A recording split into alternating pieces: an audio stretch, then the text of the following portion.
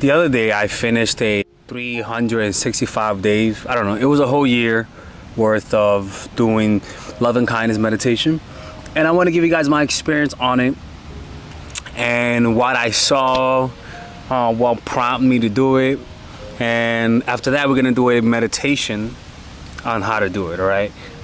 Not in this video, but in the next video, I'm going to upload a little meditation on it, and almost like a guided meditation. So look, a few years ago, well, before that, when I was 13, I began my journey into spirituality through Christianity. And one of the things that I used to do a lot, I was pretty obsessed with it. I wasn't obsessed with the religious aspect. I was more obsessed about the spiritual aspect of Christianity. And what I would do personally, I would pray 3 or 4 hours a day on the weekdays, because I had school. And on the weekends, it would be 5 to 6 hours a day. And I did that for five years, right? And after that, when I stopped going to church, I would meditate consistently 20 minutes a day. And then periodically I will go with intense periods of meditation where it will be 1 hour, 2 hours a day. Currently I'm doing an hour and a half, 2 hours a day right now. But I will undulate, you know, and I will go a few months of not meditating, which will be short, but it would happen. And I did a lot of styles of meditation, plenty of styles. But I've never done this type of meditation that I'm about to tell you about, which is love and kindness meditation. When I was in Italy, I was studying art last year in Italy. And I was having a lot of problems with the people that I was meeting, because there was a lot of misunderstandings. A lot of people were meeting me, and I was given the impression that for some reason I was just coming across like a cold asshole. Like it's the craziest thing. Like I was like, because personally on the inside, I'm a very nice guy.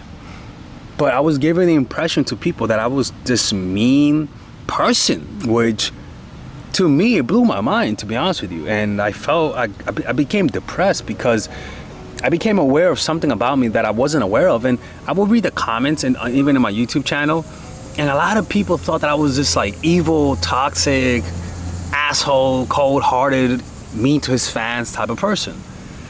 But the thing is, that was just my sense of humor, right? So I was being a little sarcastic, and some people wouldn't see through that, and a lot of people didn't see through that. And if a lot of people don't see through it, it's because it's my fault, and it's because to a certain point, it is actually true. To a certain point, I was actually a mean person. I was cold emotionally, and I couldn't help myself, right? And I didn't know how to change that. I really didn't. And then I started, one day when I was really depressed in Italy, I just started, you know, visualizing myself from a third person's perspective. And I started praying for myself. I was like, God bless Alexis, give him everything. And I was looking at myself from a third person's point of view. And I remember when I did that, I put a lot of effort, like, because when I used to be a Christian, the way I used to pray, the Bible talks about fervent prayer. Fervent prayer is not just praying where you say, God bless me. Fervent prayer is prayer that you put your whole body into it. You're like, God bless me, bless this person in your name. And I remember I used to do that type of prayer for a few hours, and I would finish the prayer and I was like drenched in sweat. Like it would just take a lot of you. And I began doing that for that meditation. And I remember finishing that meditation, and I just felt unbelievable. Like I felt so much better about myself. My self-esteem for that moment felt like it went up. And I went on Google. I was like, you know what? Like there has to be something about this. So I began Googling self-prayer meditation, and I stumbled on metta meditation. I stumbled on that. Metta means, I don't know what it means, but it's more so love and kindness meditation. Now, I've heard about love and kindness meditation, but it just looked like something Jake the Shaman or Melissa the White Girl would do. Like something that's like, oh, I am blessed beyond the universe, that type of shit, right? And so I was like, you know what, man, this looks like some hippie Jake the Shaman type of meditation. I'm not down with that. But because I experienced it, I said to myself, you know what, let me give this a try. And I found in meditation, and I said to myself, you know what? For a whole year, I'm gonna do this meditation as a test. Because even in that time, I was working on this course that I just launched, which was emotional mastery. So I was experimenting. For the past 3 years, I've been doing that course, but I was experimenting to see what the results would be with that meditation. 365 days later, ladies and gentlemen, I'm not even gonna lie, I was not aware of the changes. All I knew was that I was happier. I was more at peace. And the people in my life have told me how I come across, I'm more softer. I'm more nicer. And I'm like, should I be insulted by this? Like, I'm like, what was I before? Was I like the spawn of Satan or something? But I was not aware that I was behaving differently. And I remember, like, even myself, if you guys don't know me, and even if you know me from the outside, on the inside, I am a very lovable person. I'm like the Dorsbury Dobo in the inside. I'm a very lovable person. I love people. But when I was younger, I wasn't raised with a dad. So I didn't know what it was to be a man. I really didn't know. Like, I was raised around women, and I resented that. I really did. Because I'm like, what the fuck are the guys at? Yo, it frustrated me. I'm like, how the fuck? Isn't it a 50-50 shot that you're gonna have a girl? How is it that all you guys are girls? And it was crazy. Like, I'm like, this is some real bullshit. Like, how is it that I don't have a brother, no dad, no uncles? I'm like, you still need to heal, Alexis. But seriously, like, think about that, right? Like you don't know where the hell to go, and when you get bullied, my aunts would tell me to take the beating, and I'm like, this can't be it. I'm like, this cannot be here, man. I'm like, I don't know how to be a dude. I really don't know how to be a man. I just didn't know. So I became cold. You know, every boy needs a man in his life, and it just frustrated me that the women in my life were just giving me this like I'm gonna be perfectly honest with you, bitch made advice. Like, I used to get bullied, and my auntie used to be like, just go to the teacher. And thinking back at it, I'm like, yo, that just makes me scared, like a scared little boy. And I remember one time, my mom had a stepdad, and he was a nice guy to me. And when I was bullied, I remember him telling me, like, he was like, yo, beat that motherfucker up. And I'm like, I like this guy. I like this guy. And my mom was like, no, don't tell him to do that, all that kind of stuff. So you can see how I associated being emotional and warm with weakness, because that's what they told me to do. But every time when I was a kid, what I saw was just getting my ass whooped. Like, I'm like, what the fuck, dude? This makes no sense. Walking around in fear. Come on, man. Like, no kid deserves to walk around like that. So I became really hard on the outside, and I would hold in my emotions. And unfortunately, it wasn't hard for me to get a girl like me. It really wasn't, you know. But the issue was that when they got closer, like, they thought that my lack of emotion in my face and my lack of talking about how I felt meant that I didn't like them, meant that I was evil or mean. When in reality, on the inside, I'm a really nice person. It just looks like I'm mean. Like, I can't help it. So then I started doing that meditation, you know. I started doing that meditation, and the first week of doing that meditation, people just started saying, what the fuck, dude? Like you're different. They're like, there's something different about you, Alexis. And I'm like, I don't know, dude. I'm just, right? Because first of all, I didn't expect that meditation to change everything about me.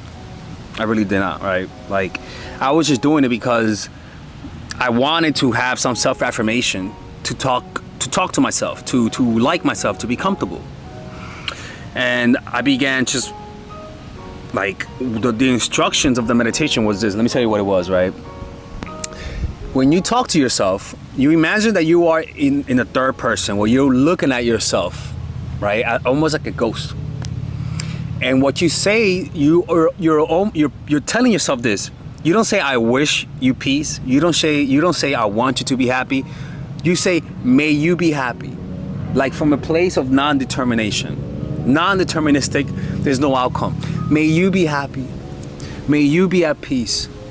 May you be well. Whatever you think, you can pick your own. May you be happy. May you be at peace. May you find happiness. May you be healthy. May you be wealthy. Whatever, right? But make sure that it's non-deterministic, and make sure you put your body into it, right? So when I'm meditating, I close my eyes, and I just go like this. And this is me saying, may I be happy.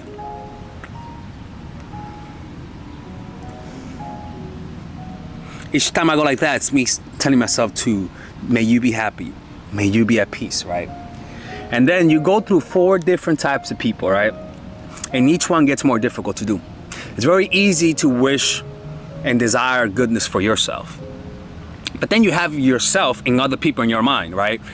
The second person you imagine is somebody who you love or admire, right? It could be Robert Greene. It could be my mom. It could be a friend of mine, right? Because they also have a part of yourself in it. After that, you find someone in your mind that you're indifferent about, right? Maybe the local postman, maybe PewDiePie, or that's an example, right? Maybe Biden, I don't fucking know, right? You find somebody who you're indifferent about, and then with all of your heart, you already feel good inside, because when you say, man, you be happy to yourself with intensity for like a whole minute, and then you say, man, you be happy to somebody that you love, you're gonna notice emotions begin to rise. Emotions of peace, emotions of happiness begin to arise from within you. It's just an unbelievable feeling. Just pure peace for no reason. So now you carry this momentum in somebody who you're indifferent about. May you be happy, may you be at peace. And all of a sudden you start noticing you feel genuine love and compassion for this stranger. And that's another part of yourself. The indifferent part of yourself. The part of yourself that you don't love nor that you hate, but that it's still there, that still needs love. Right? Because all of these people are you in your mind, because this image is you. It's just masquerading as somebody else. So that's one, right? And then the next one, that's hard, but the next one is harder. You find somebody who you hate or envy, or who you're jealous about, or who you feel like did you wrong. And what you'll notice is that you're gonna find a lot of resistance. It's similar to when you're in a desert that has hard ground and you have a shovel. It's similar to the first strike of the shovel to the ground, where it's really difficult and it barely penetrates. Where you think about whoever you want. May you be, oh God, I fucking hate them. May you be happy. May you be at peace. Fucking hell, God damn it. And you imagine them having whatever you envy, or you imagine them doing whatever you hate. May you be at peace, may you be happy. And then the more you do it, all of a sudden, because you're carrying a momentum of peace and wishing well for others, that all of a sudden, it's almost like you're carving new pathways to your brain. And it's almost like when you're creating new paths in a forest, right? It's hard to create the path initially, right? You're just carving new path, right? Getting through the jungle, putting the gravel, putting the asphalt. It's not easy, but you're still doing it. And after a few minutes of doing that, all of a sudden, this person who you used to envy, all of a sudden they represent something else in your mind. Now they represent something you love.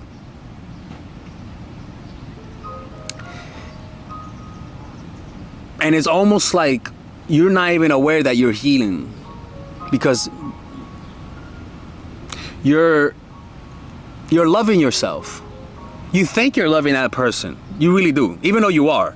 But what you really are, it's loving yourself, because your ego is so smart that it masquerades itself as somebody else in your mind. It doesn't tell you that's you who you hate, because that's your shadow side. It'll tell you that's Trump. It'll tell you you hate Biden. It'll tell you you hate Satan. It'll tell you you hate Obama. When in reality, you don't know them to hate them, motherfucker. You don't even know them. What that is your own self-hatred masquerading itself as somebody else and living in you. Oh, and thinking that it's something of your choice, when in reality that's you who have unconsciously been hypnotized into hating yourself. And then you repeat the process again. And the funny thing about this meditation is that one, time goes by pretty fast. You could do 30 minutes of this and it'll feel like it was 10 minutes. And two is that every time you do it, you feel amazing. It is not a high, it is a piece of joy. It is a sense of joy that you have for no reason. You feel happy. So I did that for 5 minutes every day for a whole year. Sometimes I will do it for 30 minutes, but at the minimum I did it for 5 minutes. Anytime I felt frustrated, anytime a woman flaked on me, canceled on me, broke my heart, I gravitated towards that meditation like a lifeboat in the middle of the ocean, and it will always rescue me. And it healed me on the inside. I'm still healing, but it healed me on the inside. So one of the things it does is that it stops you from being so self-centered. You stop strictly thinking of yourself and you start thinking of other people instead of yourself. And you start to develop a love and empathy that will bring you happiness and peace. And it's one of the most powerful meditations I've ever done in my life. And I've done plenty of meditations. This is la creme de la creme. Now, you could start with that. Now, another thing that I like to do is like hanging around plants and inanimate objects, right? For example, or even seeing people. I would sit down at a park bench and I would look at people walk, and I would consciously say to myself,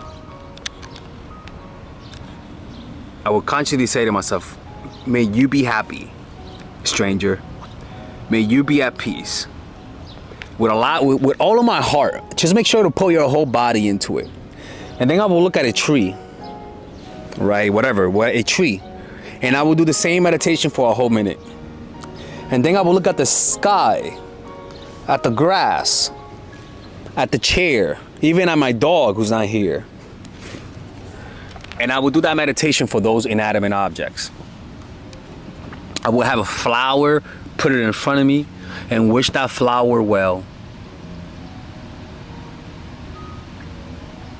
And studies show that even if you talk well to a flower or a plant, if you have positive affirmations to plants, they actually grow in a positive way.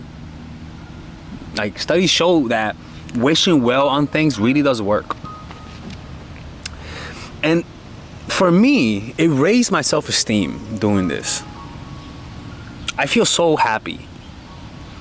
I feel so at peace with myself. And this peace has nothing to do with comparing myself to somebody else. It has no logical explanation why I feel so peaceful, why I feel so happy. There's no reason why I should feel this way. There really isn't. But it's because I'm giving love to people. Unconditional love. Especially to the people who I hate and envy.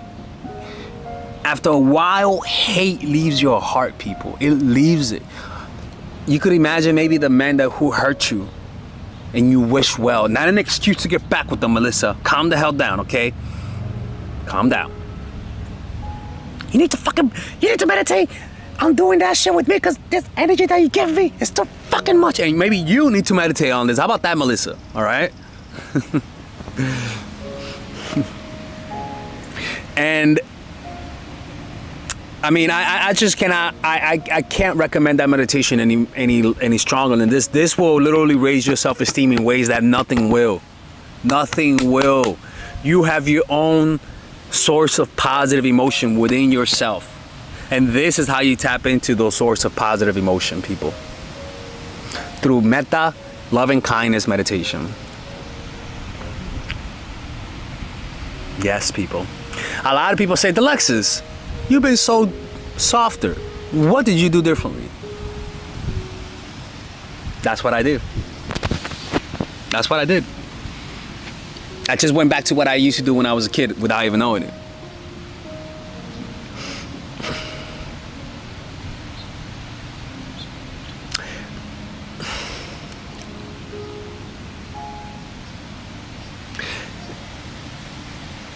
There's a lot of people who are suffering in this world, man. And I sometimes, when I do this meditation, I imagine myself like a bird hovering around different countries, seeing the Uyghur Muslims in China being in prison and seeing them being as slaves and wishing them love and peace. Going through Africa in my mind, you know, I'm doing the same thing. Seeing the people in Mexico, seeing children crying, just wishing them the best. Not as a white savior type of syndrome, where I'm like, oh, look at little Zimbabwe here. Oh, look at little African boy. Come here, little Africa. Take a picture with me. No, I'm not talking about that. It's condescending, but from a place of true joy, man. And what I notice when I do this, I just want to help people. That's why, remember the story of me getting mugged by the cop? When I got mugged, I went home and did a loving kind, not a loving kindness meditation, but you know, like I felt like giving to people, you know? And when I gave to that person, I felt good, but then I got mugged, right?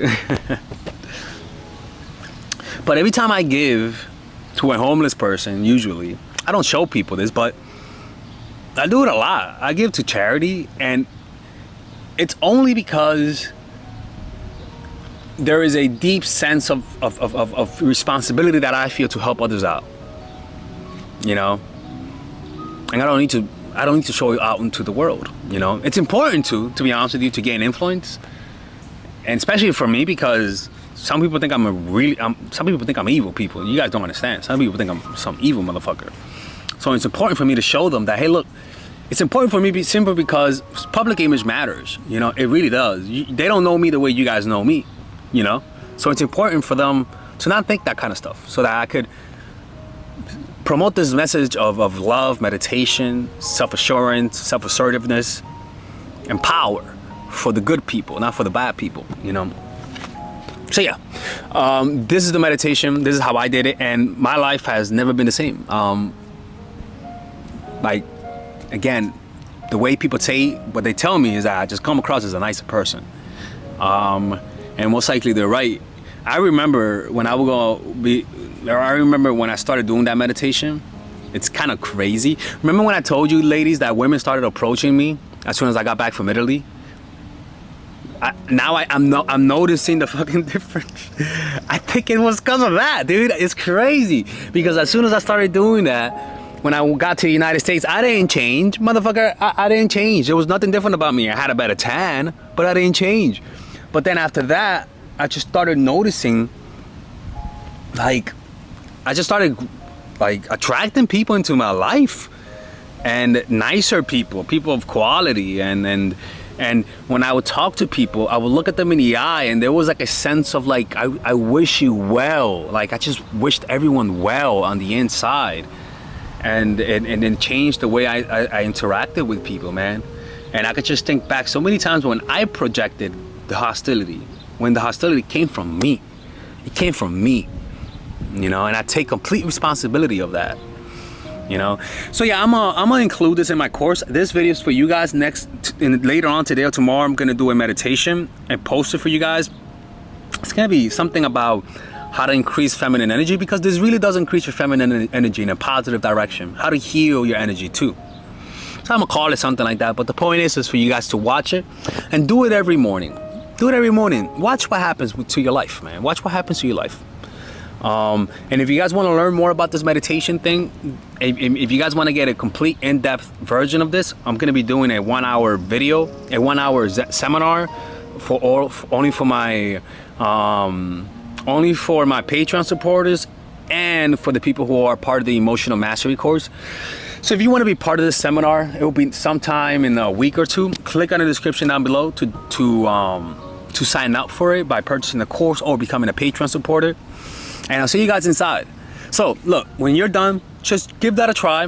Meditate, close your eyes. Wish, may you be well to yourself 3 times. May you be well. May you find peace. May you find happiness. May you find health. And do it with your heart and body. Even move. Just go like that. And just go through 5 people. 4 people. And then go back and do it again. And if you want to switch it around, do Trump. I mean, look, man, don't do Hitler, but whatever, man. Do that. Keep that shit to yourself. Do whoever you want in history. Do it to inanimate objects. And just heal. Heal through loving others. All right, man. Anyways, I gotta go, man. Much love to everyone, man. And if you guys want to work with Father Alex, go to mindfulattraction.org, and I'll see you guys there. Okay? Bye bye. All right. Hey, so today we're gonna talk about my favorite way to meditate. This is my favorite form of meditation because it's the most pleasurable way to meditate, and it's pretty easy in my opinion. Like it doesn't take a lot of mental effort. It takes no mental effort. It just takes for you to focus on this one part. All right. So essentially, the problem that people have with meditating is that they think, like they say, oh, I can't meditate because I keep thinking, right? And that's normal, right? That happens to me as well. And something that I noticed is that the easiest way to meditate is to divert attention from your mind. Like when you're identified with your mind, which is to say when you're noticing every thought you think and thinking that it comes from you, but rather than realizing that it's just a thought that your brain is spitting out. And you gotta realize that your brain is just creating thoughts. You know, it's always having different neurological some shit in your brain, right? And it's creating thoughts. It's just part of it. The problem is that when you don't realize that and you just take it as you see. So most of the time, your consciousness, which is to say, the consciousness that you could use for the present moment, is being used by your mind. For example, try this with me, all right? Try this with me, all right? Because you can't watch this video passively. Close your eyes and notice your hand. Just feel your hand, right? Ask yourself, how do I know that my hand is there? And just feel your hand.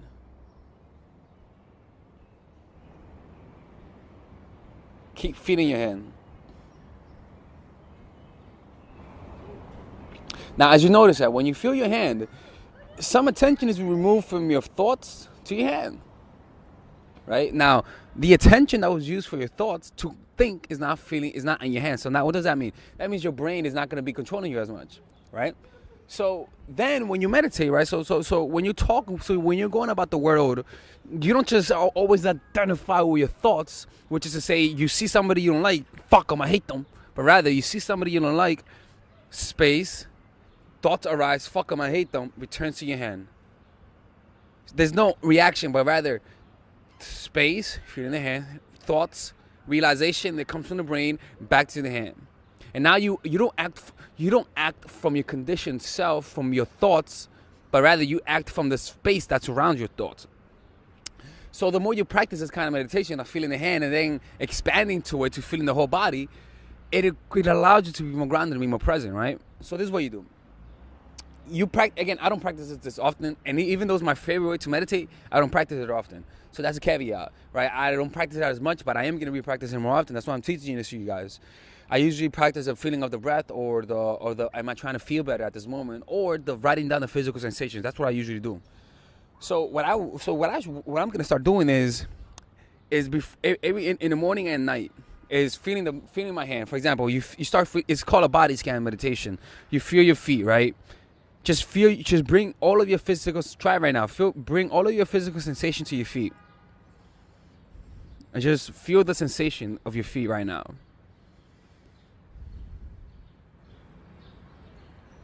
Right? Then bring your attention to your whole leg. Feel the sensation of your legs. Notice the warmth of your legs. Notice the width of your legs. Don't know it, just feel it. Notice the pulse and the blood pumping through your legs, right? And now feel your legs and your feet together in one whole energy, and just feel the energy. Notice if there's life in it. Notice the life in your legs and your feet. Now feel your midsection. Now you may not even feel nothing, but just become aware of your midsection. Notice your chest. Feel the sensation of your chest. Notice your heart pumping. Now feel the whole physical sensation of your midsection and your legs and your feet right now. Just bring all of your attention to it. You don't need to do anything, but just notice it.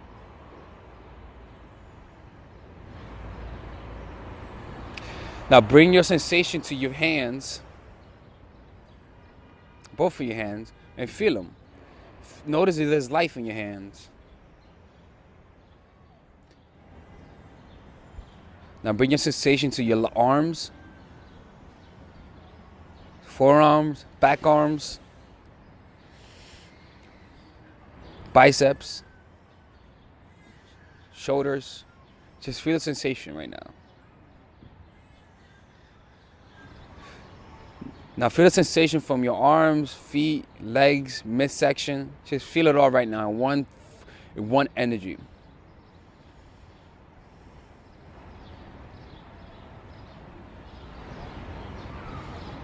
Now feel your sensation in your neck. Feel the sensation, feel your neck. Notice the width of your neck, the circumference. Notice the muscles in your neck. Notice your whole head. Feel the sensation of your head.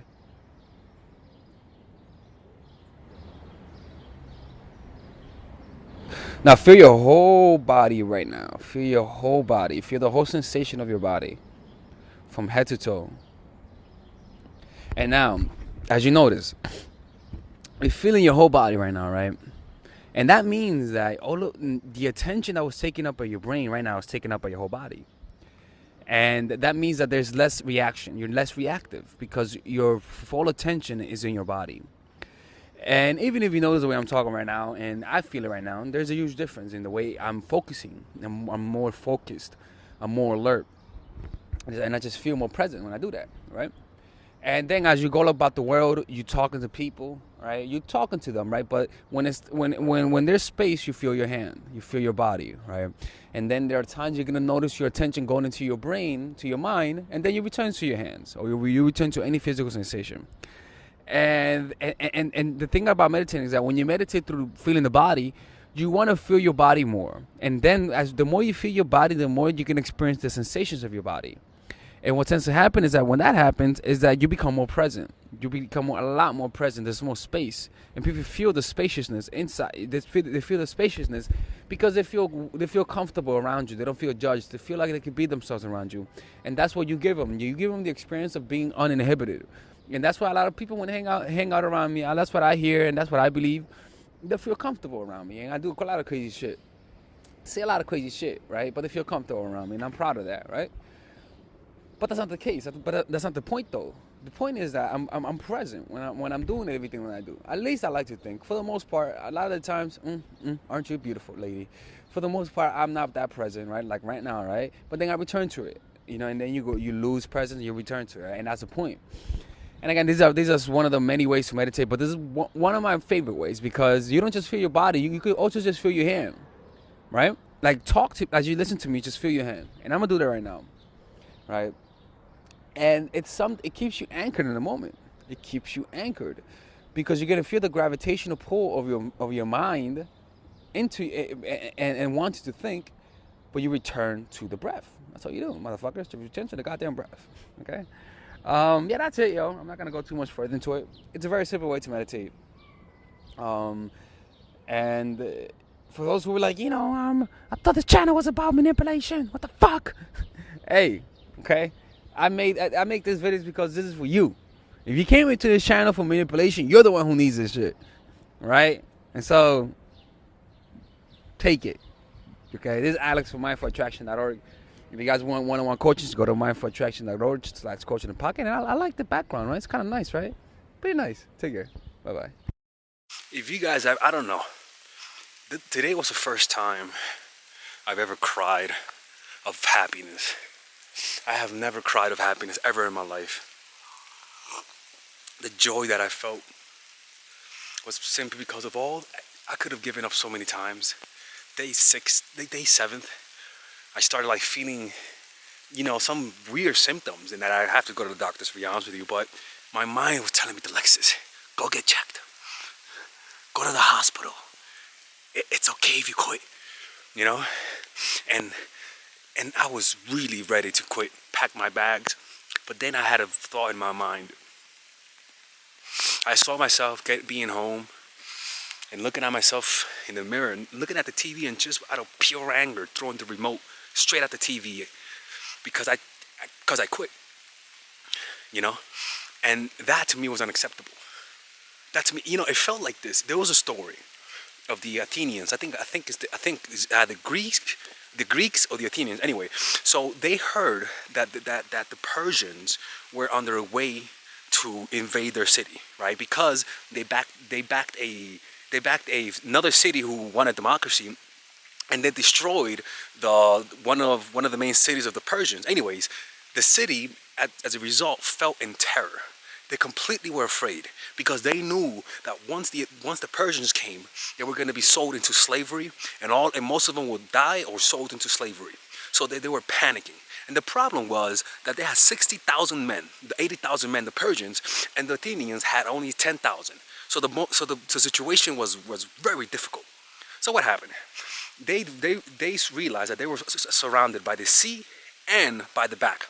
So long story short, they decided to get the small army that they had and attack the reinforcement that's waiting on the land. So you had the Persians coming from the sea, and they had a small reinforcement coming from the land. So what they did is that they decided to intercept them quickly, right? So they had 12 hours.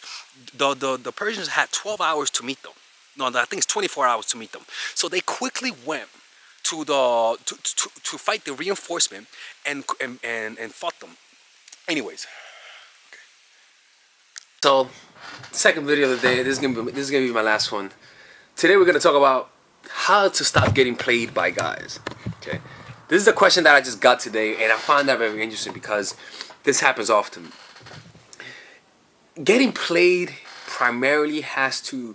When women say getting played, what do you mean by getting played? Like, he was talking to me, he was seeing another girl. He was talking to me, but he had other expectation. As soon as he had sex, he left me. You might think that's getting played. Okay, so as you see, getting played is a broad stroke. There's so many ways that could be interpreted as getting played. Now, when you feel played, now that's similar. Every person knows how that feels, right? The definition of it is different, but the feeling of it is the same. It's a feeling of being used. Okay, give me a second. This is actually something I'm going to talk about. It's the feeling of being used. The feeling that you gave, but you didn't get anything in return. If you feel scammed, you feel wronged, you were sold something and you got something else. Now that we have this understanding, and you guys know how I think, which is I'm always encouraging you not to be the victim. I'm always encouraging you to put yourself in a position of power where no one controls you or uses you. So the first thing is this, is when you're going into the relationship, you see those red flags. A lot of the times, you tend to want a guy so much that you're willing to look through those red flags. You're willing to see that he's always looking at women when he's around you. You're willing to look over the fact that he has a lot of female friends, that he's very flirtatious, and he even flirts with other women in front of you. You're willing to do that because he's either the guy you've been looking for, or he's pushing you away, he's creating space, you see, or because you're very insecure. Depression causes that. When you're sad and you just want a relationship just to have it, to fill the gap in your heart, you'll be willing to look through a lot of the red flags. So it's a lot of the time, it's not even that the person is bad. It's that you're putting yourself in those positions to get played. Now, aside from that, it's your representation of what it is to get played. You see? Now look, see, let me see something, Kim. See, I'm a very nice guy, right? I pride myself in being nice. I pride myself in being understanding. And so I don't play women. I don't lie to women. I do lie. I lie about little things, but you know what I'm talking about. Like, I don't lie to women. Like, yeah, I'll lie about having 2 kids. I'll lie about having like a Mercedes Benz. But those are little lies, right? They make so big deal. You know, saying that I have a big company. There's no big deal lying about that. Okay, but generally speaking, when you're talking to a guy, right? I really forgot what I was gonna say. When you're talking to a guy and you feel like he wronged you, a lot of times it's not that they wronged you, it's that you just taking it different. For example, I'm gonna give you an example from my experience, and I really do hope the girls I've talked to don't see this, right? But I gotta give you guys my experience.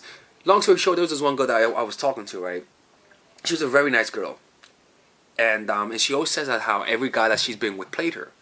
And mind you, I'm a very nice person. I'm always the type of person, who I try to make people feel good about themselves.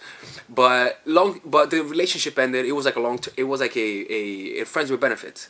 And long story short, we did something, and I had to pay her for something, not for sex, but we had to pay her for something, and I had to leave. And I sent her the money that I owed her, and she didn't get it because I sent it to the wrong address. And immediately she sent me a message. She was like, "You see, motherfucker, you see, every guy's a player. You see, look at you trying to take advantage of me." And I'm like, "Yo, I actually sent you a video of me sending it on the mailbox. What the fuck you talking about? Like you putting me in a position that I'm fucking playing with you just to get your money, but it's not the case." This girl the whole time was convinced that sooner or later I was gonna play her. Convinced.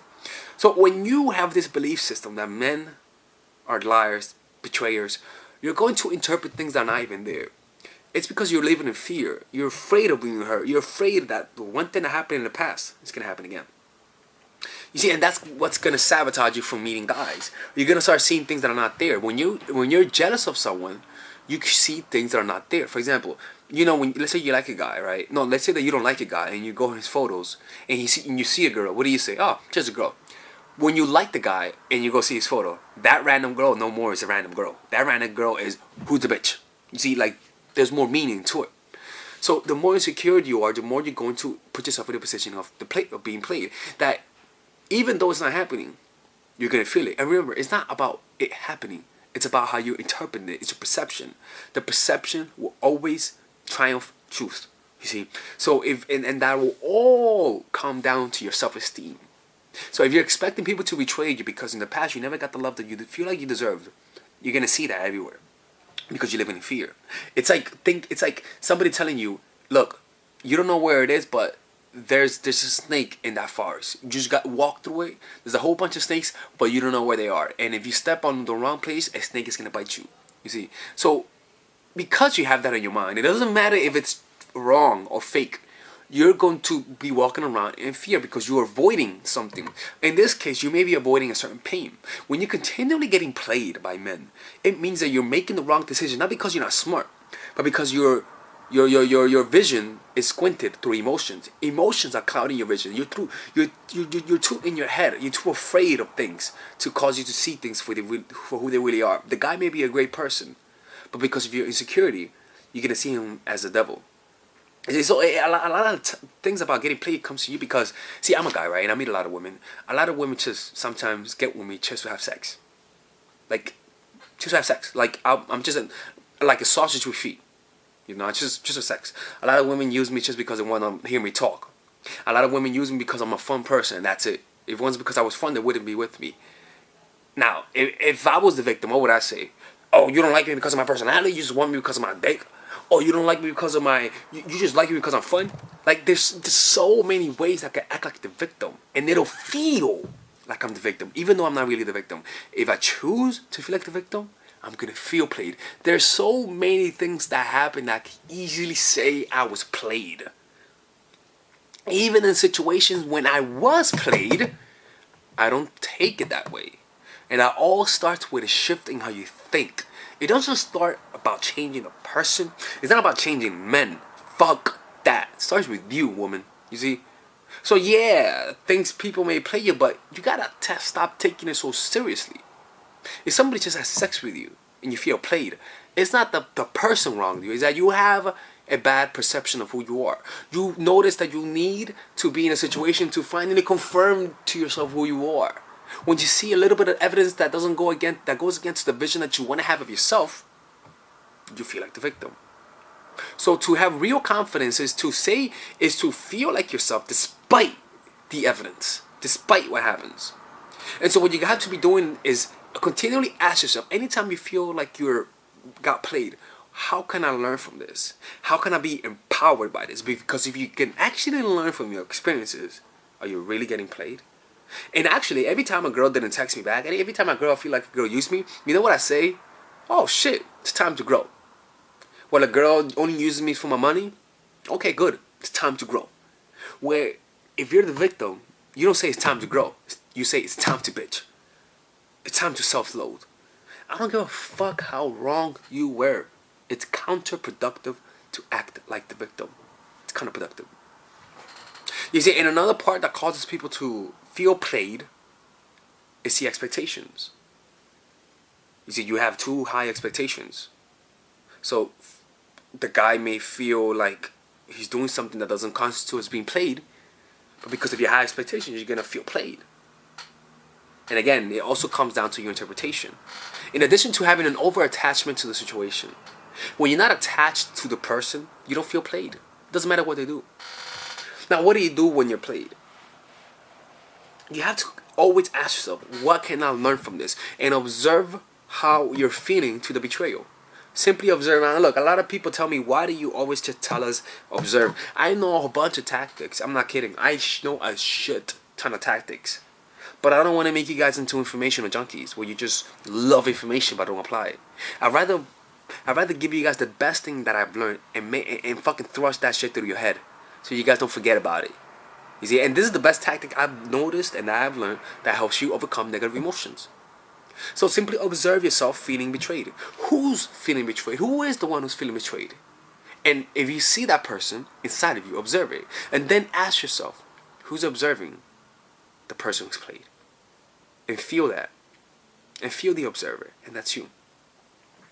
You're getting played because it's not that you got played, it's that you're just creating a mental story. The feeling of insecurity, when it's unobserved, will interpret situations that will continue feeding that. You feel suppressed, low self-esteem. A situation happens, your brain interprets it as something that confirms your emotion. Those thoughts, those emotions convert into thoughts. It says I suck, and it gives more energy into those emotions. The more energy you have, the more you think, and the more compulsive you are in terms of thinking. And so it becomes a cycle that the only way for you to stop it is to go straight into the emotion and observe it, and then suddenly the thoughts start minimizing. It loses momentum. But you have to experience it. You have to experience the pain in order to identify it. And be okay with being used. Be okay with that. Be okay with it. Because we are all objects to each other. We're all objects. If somebody uses me for my money, you know what? Fine. But I feel bad for you more. Okay? I feel bad for you. You see? But don't make an identity out of it. You're never, per the definition of being played, you're never gonna get played. People are always trying to play you. But you have to stop taking it so seriously and play the game right. Make it fun. Make it enjoyable. Give credit when someone actually played you. Be like, yo, that was actually good. Now look, again, I'm talking about it from my limited, immature mind. I'm a young person. I'm young, so I can't empathize with people who have more mature relationships, like long term and whatnot. I can't empathize with you. But if you guys understand what I'm saying, I'm happy. But this is coming from my perspective, and it all starts with the mentality because everything is up to interpretation. You know how many times I've been rejected? You know how many times I've been rejected? When you learn how to approach women, you're gonna get rejected. And look at me. I'm more. Come on. Like, it's not that you're getting played. It's that you're playing the game. You've taken the game way too seriously, man. Taking it way too seriously. And yeah, some people are fucked up. But learn to play the game. Turn the tables around and learn the things that I use and don't bitch about it. You see? Look, somebody has to tell you guys this. See, if you notice, I don't talk about the guys. Oh, you guys are wrong. No, don't worry about them. I have another channel for them. I'll talk to them. Worry about you. Worry about you. Right? Anyways, it's Alex from mindfulness.org. Take care. Oh, if you guys need one-on-one coaching, let me know. Mindful Attraction at mindfulattraction.org/innergame coaching. I'm going to leave the link below. And have a good day. Doodaloo. Hey yo, so let me show you guys some of the tactics that I use to make my brain do anything that I want it to do. Now look, man, I am the last person to give advice on being more less compulsive, being able to emotionally regulate yourself during certain times, because I'm not gonna admit, like, sometimes I'm very impulsive. That's my main issue. When I like fucking want something, like, I cannot control myself sometimes. So I am weak on that area. And I really believe that I don't know why. Some people may or may not agree with me, but I really believe that there's just some parts in ourselves that we just, no matter how hard we try, we can't. I don't know. But we all have that part. But for generally speaking, for success in life, the faculties that are required to succeed in life, and which I am partially working on, which I'm doing right now. So this is why thank God I'm getting some success in this channel, is able to be malleable and could easily be changed. Okay, so I'm gonna show you guys the tactics that I use to help me do that. So the first thing you have to do is have a counterfactual simulation, which is asking yourself, what would it look like if blank. Okay, now why is that important? It's because if you cannot imagine yourself doing something, if you don't believe that something's possible, your brain is not going to give you the mental image of it being possible. It's that simple. So a lot of the times, our inability to make something happen is simply because we don't see them, because our mental imagery is what controls our emotions. Our mental imagery is what controls how we feel. For example, if you love someone, you're going to notice that the mental imagery of the person that you love is very vibrant. You see, and very in your face. But the image that you have of someone who you hate is darker, gloomy. You see? And the only thing that changes is not the person. It's just the way you see it. Your perception. So as you can see, your thoughts, your image, your mental imagery is what controls what you desire to do. For example, if you desire to eat something, what tends to happen? You first do what? You see it in your mind. When you make plans, before you do anything, you see it where? In your mind. Nothing that you never did, and things you never did are things you never saw. Things you never believed in are things you never saw in your mind. Anything that you are able to make an image of means that you sort of believe in it. You have an imagination. That's why Einstein was able to come up with the theory of relativity, because he was able to have an imagination. Are there people fighting outside? Am I gonna get a doozy? I haven't seen a fight since high school in seventh period. I love fights, but anyways, so yeah, it's all about making an image. So if you may say to yourself, if I may tell you right now, what is something that you limited, right? Whatever you're trying to achieve. For example, let's say that you're broke and you want to be rich, right? I may ask yourself, how does your life look in 1 year, right? I promise you that the vision that you have, if you continue seeing that vision, I promise you that the life that you see in your mind is gonna happen. You see? Why is that? Because that vision in it has certain resources that creates that reality, which is what? The inability to think outside that box, because that vision says, okay, this is what you want, so I'm not gonna let you think of anything that will take you away from this destiny. So you won't have the desire, the motivation, the creativity to think outside of that box, which will help you achieve anything. So, but let's say that you change that vision of your mind and you become obsessed with a certain outcome. Let's say you wanted to, I don't know, like start a business, right? And you become obsessed with that desire to start a business. What happens when you become obsessed with something? When you become obsessed with a certain outcome, you may not even know how to make it happen, but you just become obsessed with it. It's an obsession, right? What tends to happen? You begin to what? See the outcome, and that thought of that reward causes what? Excitement. And so when you begin to get more excited and you become obsessed with an outcome, whatever it may be, maybe you just want to become a better basketball player, or maybe you just want to get in shape. Whenever you become obsessed and you just begin seeing that image in your mind, either vicariously through other people achieving that goal or through you believing in yourself by somebody telling you, like me, you're going to begin seeing that image. And because of that, simply seeing that image and feeling that emotion of the outcome happening, because that emotion of excitement is an anticipation that it's going to happen. That's what tends to happen. You are expecting excitement. You know, like let's say you're about to go out on a date. What happens? You're anticipating a date. So what? You feel excitement in the form of fear or excitement. So that excitement is a very indirect way to have faith. You know, if you believe in something, it tends to happen. But if you believe in something, you see it and feel it. Okay?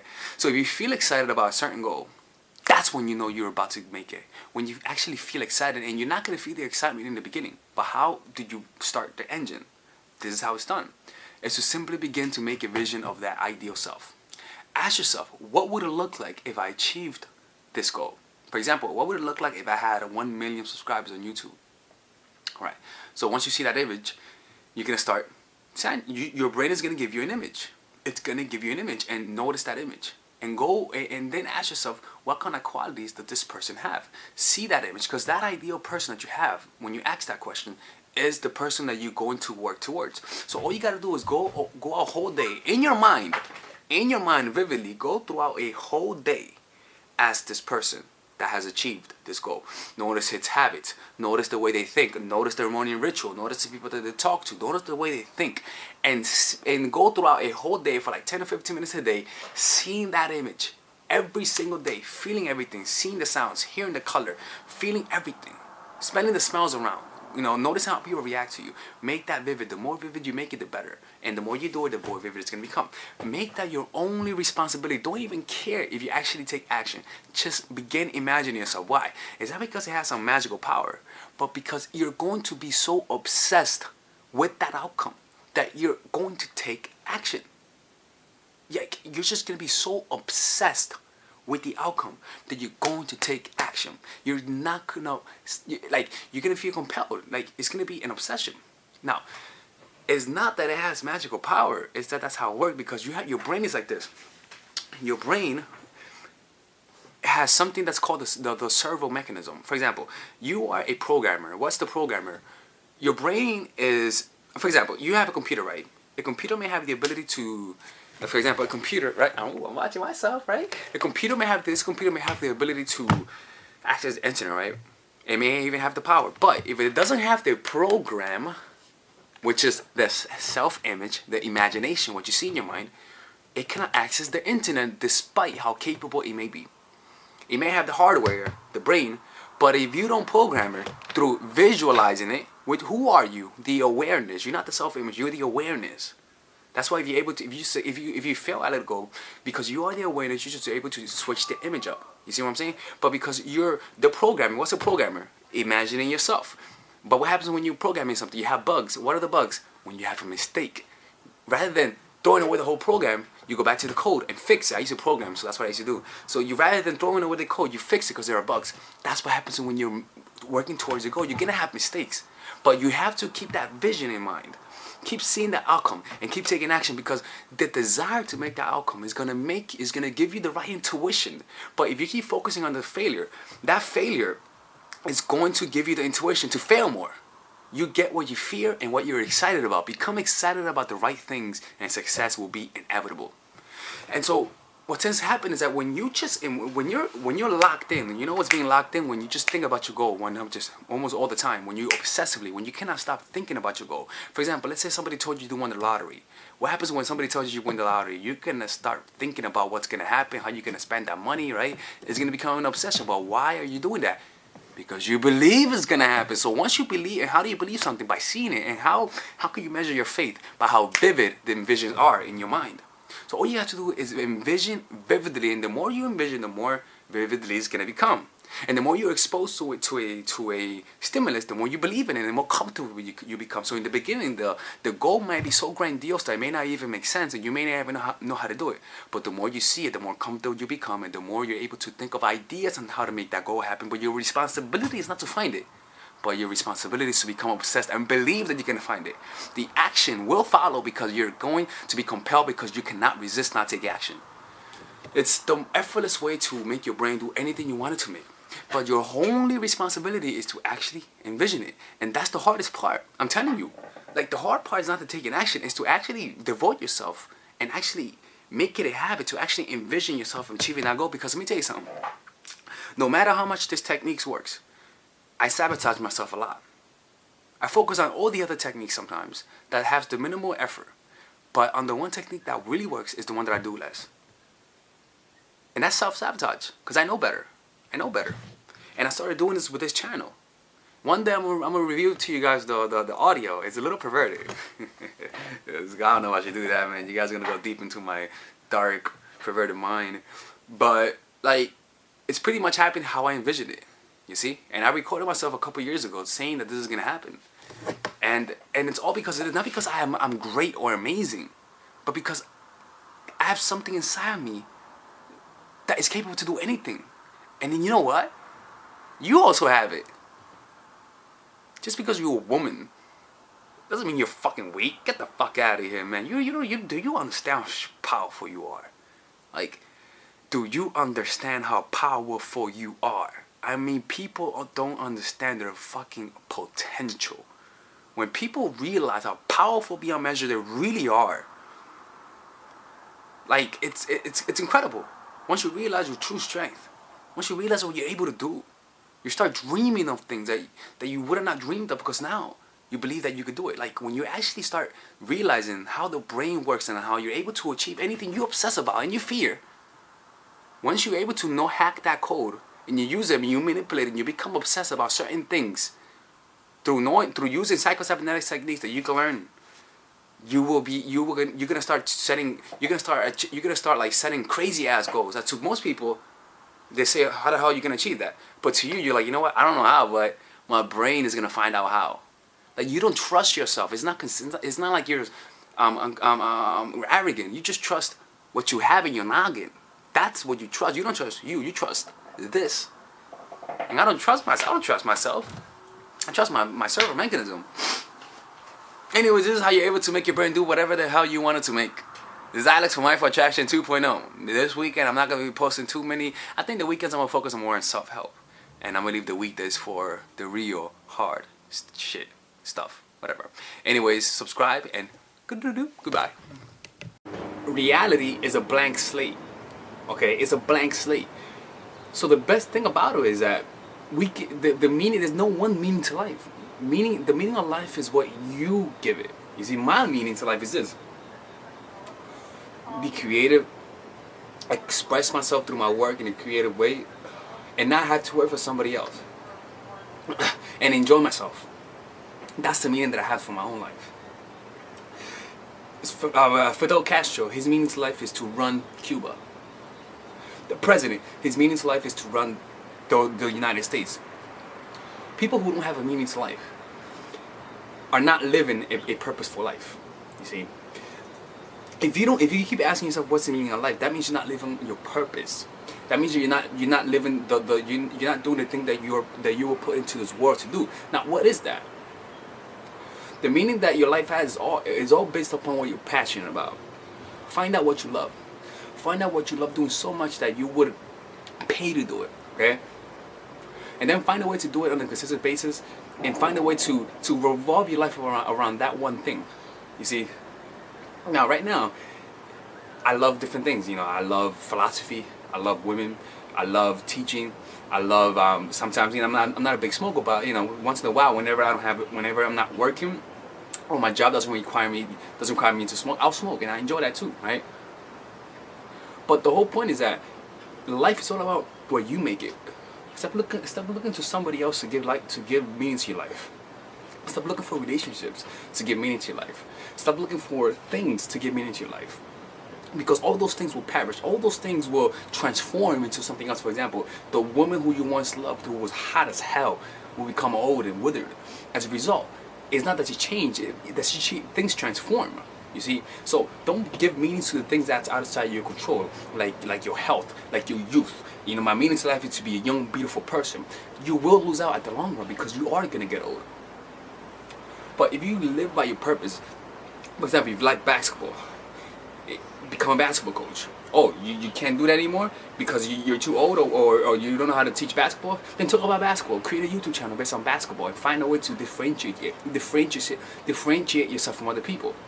You see? So the meaning is all about what you are passionate about, and if you follow it. If you're not following your passion, if you don't live with a purpose, if you don't wake up today and you say to yourself, the point of today is to do this and I am excited to do it, then there's no meaning in life for you. See what I'm saying?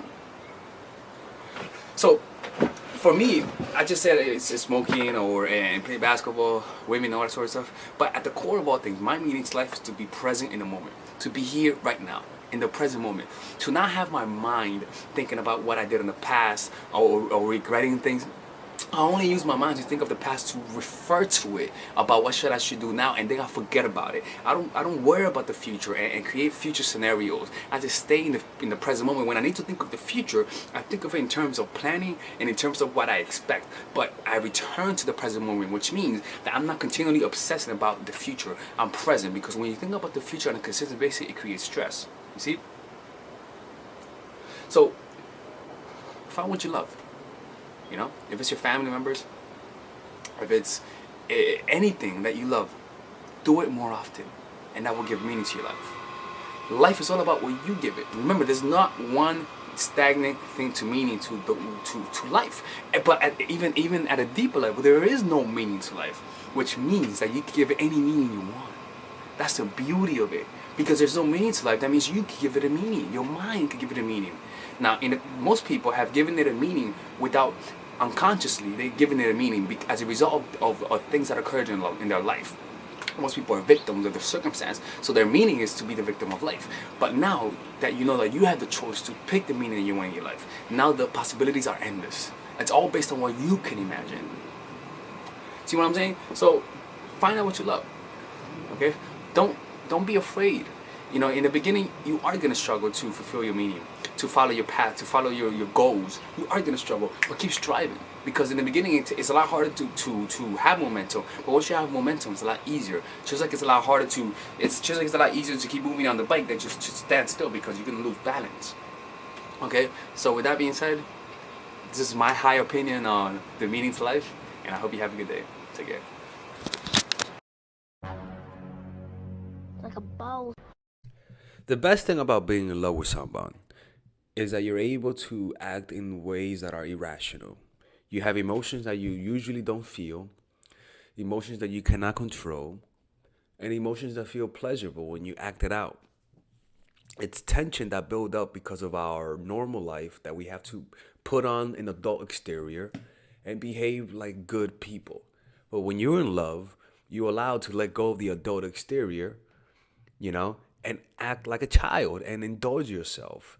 But the issue is that very thing that is pleasurable about being in love is the one thing that sabotages us, and that's our emotions, and the traumas that originated from those emotions, right?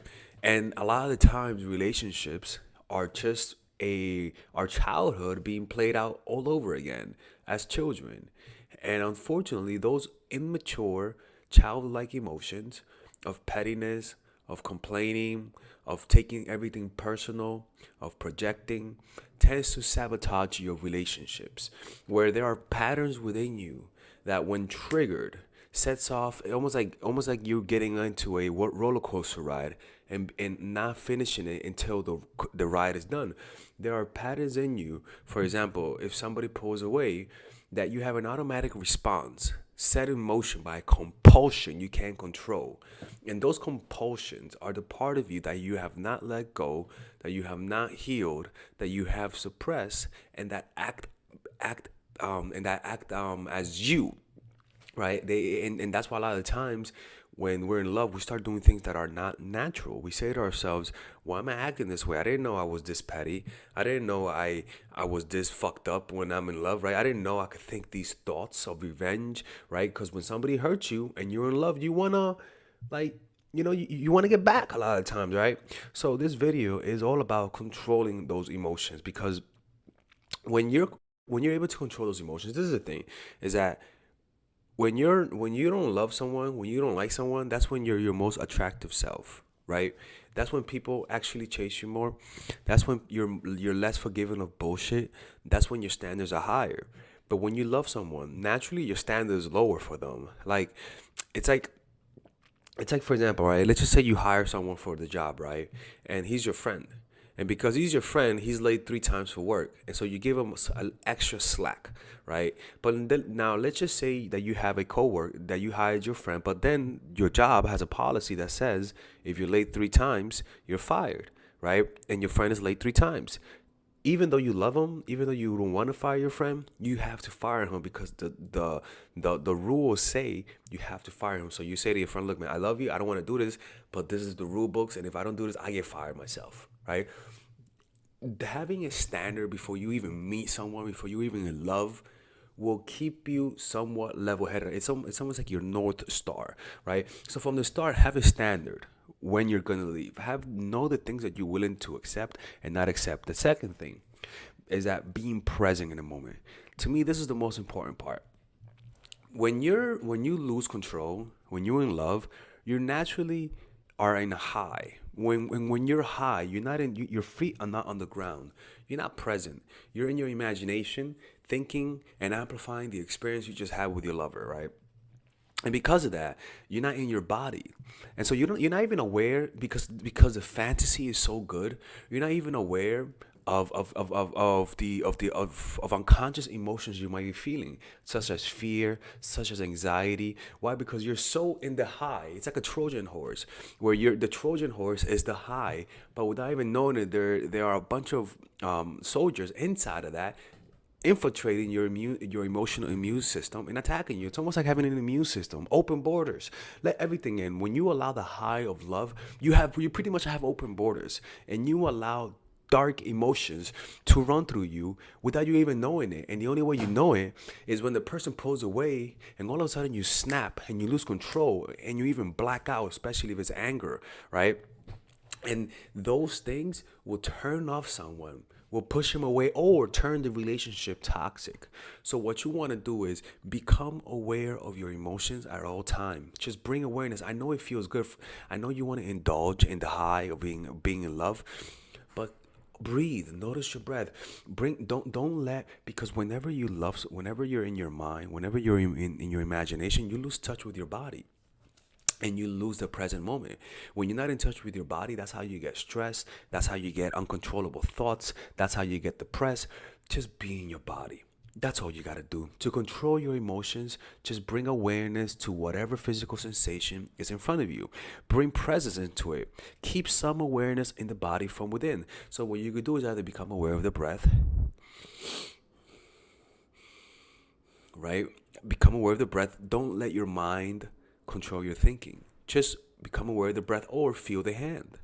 Feel the hand from within. Can you feel the life in your hand? Right? Can you feel the hand vibrating with life? And what you want to do is feel the hand, then feel the arms, then feel the shoulder, then feel the midsection, then feel your legs, your feet, your finger, your head. Feel the life that's within you. And what you want to do is amplify that feeling. If you want, imagine as though a light is shining from within, and imagine that shining makes you feel a certain vibration. And what you want to be able to do is then hold on to that feeling. Whenever you feel sad, whenever the person that you're with pulls away, makes you feel insecure, makes you feel like you're losing control, don't say I'm losing them. Don't say, oh my God, what's gonna happen? Feel the body. Just feel the body. Just feel the body. And you know what's gonna happen? It's gonna feel like an itch you can't scratch, but naturally goes away, right? It's almost like, oh my God, I want to think about it, but I don't want to think about it. And you just feel the body. And after a while, it's almost like the itch you couldn't scratch. You're not going to get the satisfaction of scratching it, but it'll go away. And over time, that thought, that compulsion that naturally led to a behavior that sabotaged you, you're breaking it from the start. That's how it goes. You're cutting off that circuitry. You're cutting off that hijacking, because those emotions come from your amygdala, right? And your amygdala tends to only creates those uncontrollable emotions when it feels like it's threatened. And when the amygdala sends those uncontrollable emotions, your prefrontal cortex literally loses control, and you can't think straight because your amygdala is sending signals of emergency and danger. So by you feeling the hand, you keep control. You are alert, you are aware, and all you're doing is feeling the hand, or feeling the body, or noticing the breath, or observing the emotion. Observe it so much that you have no space to think. Observe it so much, look at it, move whatever you feel, the insecurity, don't think about it. Just look at it, move it around in your mind, look inside. Get into it. Just feel. Because even if you really want to, notice the feeling you feel right now. Just look at it in every direction. Explore it, massage it. What do you mean looking at it? Like me saying, feel your hand, and now you feel it more. Feel this other hand, and now you feel it more. Feel your nose, and now you feel it more. It's the feeling. It's the observation through awareness. If that makes any sense. And all I do, for example, when I'm at home doing nothing, all I'm doing is just feeling from within. By the way, if you guys want to work with me one on one, all you got to do is just go to. I'm walking, for example. I don't walk on the streets with headphones on. I don't walk. I don't go on the train with headphones on. I'm usually just feeling. When I'm on the train, I'm feeling. When I'm waiting for an appointment, I'm feeling the body. That's all you're doing. It's possible to completely feel the body and observe and be at complete peace. When you're talking to the person who you love, talk to them and feel your body, right? When you feel like they're pulling away, when you feel like they're triggering you, rather than act, feel first. Feel the hand, feel the breath, and then act. Don't let snap emotions control you. That's how you create those patterns that you keep repeating. What we want to do is break those patterns. And over time, your relationship becomes a spiritual practice where emotions come out that you couldn't control. And every time those emotions come out, you say, good. It's time to slay the dragon one more time. Good. It's time to carry my cross. Good. It's time to grow. And every time you observe an uncontrollable urge or insecurity that comes from your ego because of the past you have not let go of, you bring awareness to it, and over time, you're letting go of the weight of the past. That's how you do it. That's how you transform yourself. You don't transform yourself through taking drug or through having one spiritual experience. You transform yourself through daily accepting. Because what you're doing, you're accepting life. You're not saying, no, I don't want this. I don't want these emotions. Because you're not even thinking. You're just there, present, aware, pure consciousness.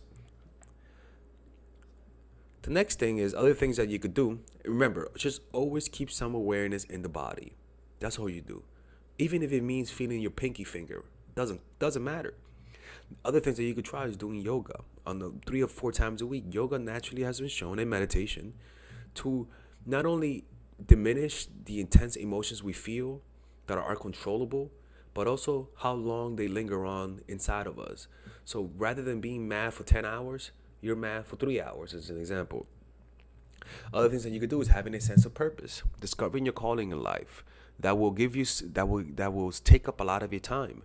That could be having a running group. That could be drawing for me, doing art, right? That could be anything. But having a sense of purpose and a feeling that you're getting better at something, that gives you self-esteem based on something. It's like healthy self-esteem. That's the type of self-esteem that's based on something that you worked for. That is true self-esteem, where you're getting good at something and you see it and then you feel good. That's natural. That's good for the soul. It's like soup, right? And whenever you feel bad, whenever something goes wrong, whenever you feel like you're losing somebody that you love, you go back to that activity, because activities, especially the activities that you like, especially activities that you're having a good time, naturally changes your mood. It makes you feel better, right? So for example, studies show that when somebody was angry and then went and did something that they love, like playing basketball for me, you can't stay angry when you're doing something that you like. You can't stay in a bad mood when you're doing something that you like, right? And so you use that to control your emotions. It's that simple. Other things that you can do is having a support system.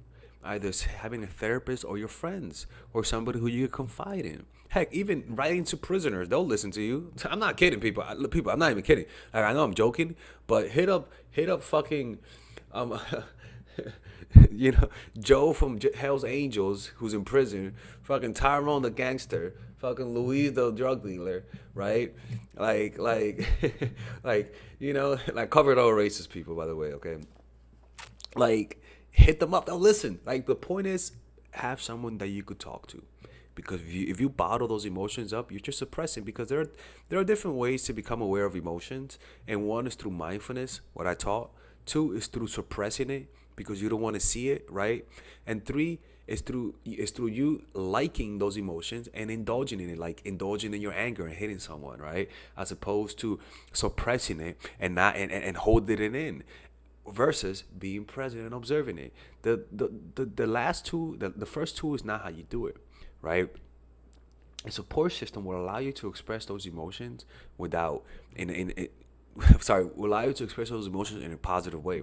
And the last thing, honestly, is sleeping well. Studies show that if you don't sleep well, you will lose control of your emotions a lot easier. The less you sleep, the more of a hair trigger you have. If you have a well night's sleep, you pretty much allow your body to process emotions properly, right? And you wake up feeling better. Good night's sleep always leads to you having good emotions. So get your sleep, get your vitamin D3. I'm not a nutritionist, but I'm just saying these things actually help with feeling better. Sleep. Don't be sleep deprived. I'm telling you, good sleep leads to better relationships. I'm telling you, all right? Okay. Anyways, and if you guys want to learn more about this, we're having a meditation. We're doing a meditation meetup this Sunday. I'm gonna give you guys an opportunity to buy tickets online and join us on Zoom. It's gonna be at 6:30 p.m. Zoom, right? No, 6:30 p.m. Eastern Standard Time. So we do 1 hour of meditation and lecture. So you're gonna see the price in the description. It's gonna be around $10 to attend, right? Once you purchase it, we'll send you a Zoom link, and from there you guys will be able to attend. And if you're in New York City, you could attend in person to this meditation meetup. I have it every Sunday. I just showed a video of it. A video of it. I'm not gonna upload it again, but I just showed a video to you guys. And also join the Patreon, because next week for all the Patreon members, we're gonna have a Zoom call as well. Sunday at 10 a.m. a Zoom call. So if you're part of the $5 club and up, you guys can join. You guys can chat. I'm gonna be making a quick video, and then I'm gonna be taking questions and answering all of your questions. So join the Patreon. It's a family. Join a congregation, people. That's right. All right. Anyways, I'll see you guys in the next video. All right, ladies. So finally, I have released my second course for women, which is natural chemistry. This course is a 5-week course. 5-week course where every week you're gonna get a new set of videos based on specific issues. This course is all about how to create and maintain the attraction in any man. This will help you create love. This will help you deepen the love with your man. This is not about manipulation. This is not about playing games. This is genuine natural chemistry. No more short-term partners. No more being fooled. Why? Because I will reveal to you not only how to create attraction in the first week, but also how to understand male nature, how to understand their tricks, how to prevent from being too attached, signs that he's the wrong guy, signs that he's a narcissist, signs that he's a mama's boy, signs that he's an emotionally available guy, emotionally unavailable guy. We go over everything. We go over this 3rd week, setting boundaries. We go over the 3rd week, controlling your emotions, right? Setting boundaries, 4th week, 5th week, embracing your masculine and the feminine, right? And on top of that, I have over 10 different bonuses. 10 different bonuses. My Lord have mercy, right? With a money back guarantee. The bonus are 1. The natural chemistry, over 10 hours of content, right? The breakup formula, how to deal with a breakup, right? The connecting with your man, right? Establishing a life of abundance, social mastery, understanding your dark side, the goal setting seminar, which is about how to set and achieve goals, practical mastery that will teach you how to master anything. The laws of human nature. I have a book club for the laws of human nature with over 4 hours of content, right? The transformational seminar in a pocket, which is my mindfulness seminar, and the Chase audiobook. This originally is $1,800, but you get it starting at $97, ladies and gentlemen, right? $97. We have different packages, but all of this starts at $97. And you know what? You can check it out for free if you want. Yeah, for all the freeloaders, I have free videos just for you. Free videos, all right? So you could just check it out for free, and then you could get out. Nothing wrong with that, all right? So, and on top of that, it comes with a 30-day money-back guarantee. No questions asked. That's right. No questions asked. I don't mind. I just want you guys to check it out, because I know when you take one look, you're going to want to buy it. I can promise you. Just like my other course, the psychological game of attraction. It was a hit. You're gonna love this one. This one is not about manipulation. This is genuine natural chemistry. Order it now. All right. I'll see you guys inside. Peace out. All right, ladies. So I'm gonna hook you guys up. All right. I'm gonna show you guys 5 ways to become more present. I hope you guys don't hear those babies yelling. They're so rude. They're just making sound. They're so happy. Anyways, no happiness when I'm making videos. So let me show you guys 5 ways to be more present, right? And these ways are actually pretty goddamn effective. And mind you, I practice, not that I practice everything out there, but I experiment a lot. And I always treat myself as a spiritual guinea pig. And I like trying things out to see which one betters myself. And the reason why is because, once again, when you're practicing pickup, you go through a lot of shit, man. You get rejected. Sometimes, and the nature of life is that sometimes you get depressed, sometimes you get sad. So I've been using these little moments of grayness, not too much darkness, to practice on mindfulness tactics and see which one works the best on the emotions such as sadness and depression. And it's a very good playground. And again, I'm playing around to see what works and what doesn't, and that's how I learn a lot of my material. All right, so let's get started. The first and the best thing I've discovered, and I don't see a lot of people teaching this, is stop trying to feel better. It's the simplest way to be more present and to be more mindful. All right, so let me show you guys how to do it. Periodically throughout the day, once every 15 or once every 30 or 1 hour, ask yourself, am I trying to feel better right now? That's what you gotta do. Just ask yourself, am I trying to feel better right now? And then just explore with your awareness and look if there's any scintilla of effort of trying to feel better. Just look, you're like, am I trying to feel better? Like, just do it right now. It doesn't matter if you feel happy or sad. Just ask yourself, am I trying to feel better right now? And look for any scintilla of effort to feel better.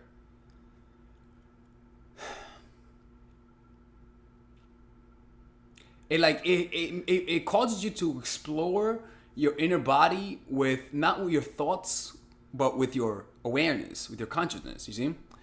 And so you bring in awareness to the things that you're trying to avoid, which is the pain. You try to avoid it by trying to not think of it, by distracting yourself through stimulation. Actually, this is what I talked about in the other video that I got cut off, that we're so used to getting stimulated from the outside world that we fail to realize that we have an ecosystem of positive emotions that's ready to be tapped unless we observe what's going on inside of us, unless we bring consciousness and awareness to those emotions. When you become aware and bring your full awareness to the emotions that you're trying to avoid and that's causing you to suffering, you begin to experience more peace. You see, and you begin to experience positive emotions, and so you won't need the stimulation that the world provides. See, the world provides stimulation, and what your awareness and consciousness provides is inner peace. Stimulation comes and goes. When you're stimulated, you go up and then you go down. That's how you know you're being stimulated, because there is a starting point, which is down. There's a peak, and then there's a fucking fall. That's why it's stimulation. So that's what society offers you. And the problem is that our body becomes used to it, so it begins to look for more different types of stimulation. That's how we get addicted to consumerism. You see, and they'll be like, oh, look, you want more stimulation? Here, we got more stimulation. You want more shoes? Oh, we got more shoes. Oh, fuck that shit. It doesn't matter if you can't pay for it, but just buy it now because it'll make you feel good. You see, that's what happens. But when you become aware of that thing that you're trying to fulfill with stimulation, you begin to self-medicate, not through using weed, but through bringing your awareness. And what I noticed through using this tactic is that it actually worked. It actually worked. Out of all the things that I use for mindfulness, this actually worked the best for eliminating any feelings of sadness and depression. It really works. So I highly recommend this to not just be more present, but to also help with emotional pain. You see, so all you gotta do is ask yourself, am I trying to feel better right now? And bring your conscious awareness. And then ask yourself, what would it feel like if I stopped trying to feel better for just 1 minute? You're not saying forever. You're not saying for eternity. Just ask yourself, what would it feel like if I stopped trying to feel better for 1 minute? Try it right now for like 10 seconds. No, for 20 seconds. Ask yourself, how would it feel like if I stopped trying to feel better for 20 seconds?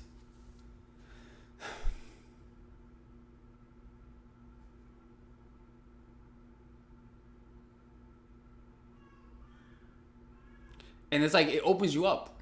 It opens you up to experience. You're like, let me see. And so you were so laser focused on that emotion, right? That you failed to become aware of all the other experiences you're having. You see, you begin to say, this emotion is different, so let me just focus in on it and create a world around it, which is everything you're experiencing is through the lens of that emotion, because you're focusing so much on it, because you're labeling it as pain. So when you ask yourself, what would it feel like if I just stopped trying to feel better for at least 20 seconds or 1 minute, it causes you to let go of the focus that you have on that emotion and just let go. And then you're more open to experience. And so what tends to happen is that because of that, you're not feeding that emotion with your attention. And so it'll slowly dissipate. And that's what happened with me. It's pretty amazing. It really works. It also works. So if that doesn't work, ask yourself, am I trying to avoid pain? Periodically ask yourself, am I trying to avoid pain? And notice how your mind it creates stories to not help you feel pain. Like saying, oh, fuck that. The reason why I didn't get this job is because they're the asshole, not because of me. You see, notice the way you try to make yourself feel better, and you try to avoid feeling pain through the way you feel. So just bring your attention and ask yourself, am I trying to avoid pain? And look for that. Just explore. You see? And the real thing is the exploration, not the outcome, but the exploration. You're not trying to change it, you're just trying to understand it. Rather than trying to change your experience, what the real goal behind mindfulness is just trying to understand through awareness your experience. You're just looking like, interesting. This is how my body reacts to this. But you're not thinking about it. You're just looking like, interesting. This is. I'm curious to see if I'm trying to feel better right now. Let me see if I'm trying to feel better. And it forces you to not think and just bring your full awareness to it. It really works. So that's the one thing. And you should definitely strive to do this every single day, like just throughout the day, every 30 minutes, anytime you notice that you forgot, you remember to do it and just do it again. It really does work. I'm telling you, it really does. Number 2, see the details in everything, in every sound. Have a soft gaze, a soft ear, and soft senses. The reason why I say softness is because, when you're thinking in your head, you're always thinking of like what to say next. When you're heading to work, what happens when you're late to work? You're fucking running. You're not looking at your environment. Your friend may pass you. You may not even notice because you're in your head. Like you're in your head. You want to get to work. So as a result, you can't really take in the experience. Like you don't see things with detail. You don't appreciate the moment. When you talk to someone, you're not really there. You're just in your head trying to get to work. When you're eating, you're not really eating. You're in your head trying to get to work. So your attention is being taken up by your mind. So your senses cannot really be experienced at the level that you can experience. And mind you, living is not thinking. Well, living is not just thinking. Living is also feeling your senses to the fullest degree. You see, from feeling your senses is where you could derive a lot of pleasure that can never be taken away. Now, not feeling your senses from the perspective of, oh, let me feel that sense because it's so pleasurable, but by simply bringing your complete awareness. For example, like look at an object, right? Look at an object, right? Just look at an object, just look at it, right? And then look at another object, but don't just look at an object, you just look at it, but just if you're looking at an object, you give it a strong gaze. You see, like but a strong and soft gaze, like you're noticing the details. You see, for example, like look at an object. I'm gonna look at an object. Right? Look around. Just look around the different objects in the room, and don't neglect an object, and don't just give it a half-ass observation. Just see it for what it is. Right? You just see every object, and you see the space that surrounds the object, and you notice how still they are. Even listening to my voice, notice the way, become fully aware as to how my voice resonates in your ear. Notice the experience of hearing my voice. Make that 100% your awareness. You see, and notice how it palpitates in your ear. Notice how it feels. Notice how it vibrates in the air and it gets into your ear, right? And notice the difference between my voice, the way I inflate it. And so you bring in your complete awareness. And so what tends to happen is that your mind cannot think. You're using all of your senses. And that's what living is all about, right? And you're walking around the city. You don't just see people for who they are, assholes, this or that. You just see them. And you give them a soft and strong gaze and you appreciate them for who they are, right? That's one thing. Number 4, let me delete some storage right now because I think my thing is telling me to delete some shit because I have a lot of storage on this. All right, give me a second. Don't wait a minute. Yeah, don't delete that. Okay. All right. So the other one is, okay, here it is. Here it is. Fuck. I think I'm gonna regret that one. The third one, smile at an object and smile at an emotion. So another one is when you don't know how to be present, all you gotta do is just look at an object and smile at it. Like really appreciate an object. Or even when you're looking at every object, have an inner smile for every object that you look at. Have an inner smile for every sound that you listen to. Have an inner smile for every color that you observe. Have an inner smile for any emotion that you experience. Right? And you just try it right now. Like listen to a sound, and listen to it with a smile, an inner smile. Smile at the sound. Smile at the sound. Smile at the sound. Right? And it's kind of like you appreciate it more. It's more here. You know, you're more here right now when you do that. Right? That's one thing you can do. And that could be with anyone. Number 4, use the clicker tactic. Now, the clicker tactic is the one that I always talk about. It's this one. Come on. Don't lose it now. You're on camera. Come on, B. You set a good example, D. Okay, there you go. So the clicker is a device that I like to use. You can purchase this on Amazon, Walmart, it doesn't matter.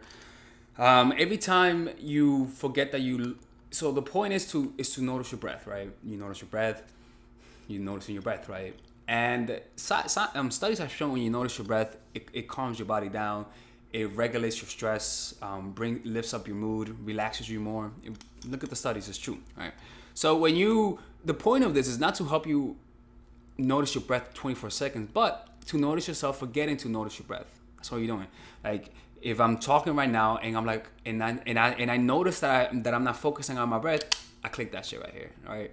And then I return to the breath, right? Return to the breath. And I may be talking for 20 minutes, and then I notice, oh shit, I forgot the breath. I don't get mad. All I do is click that, right?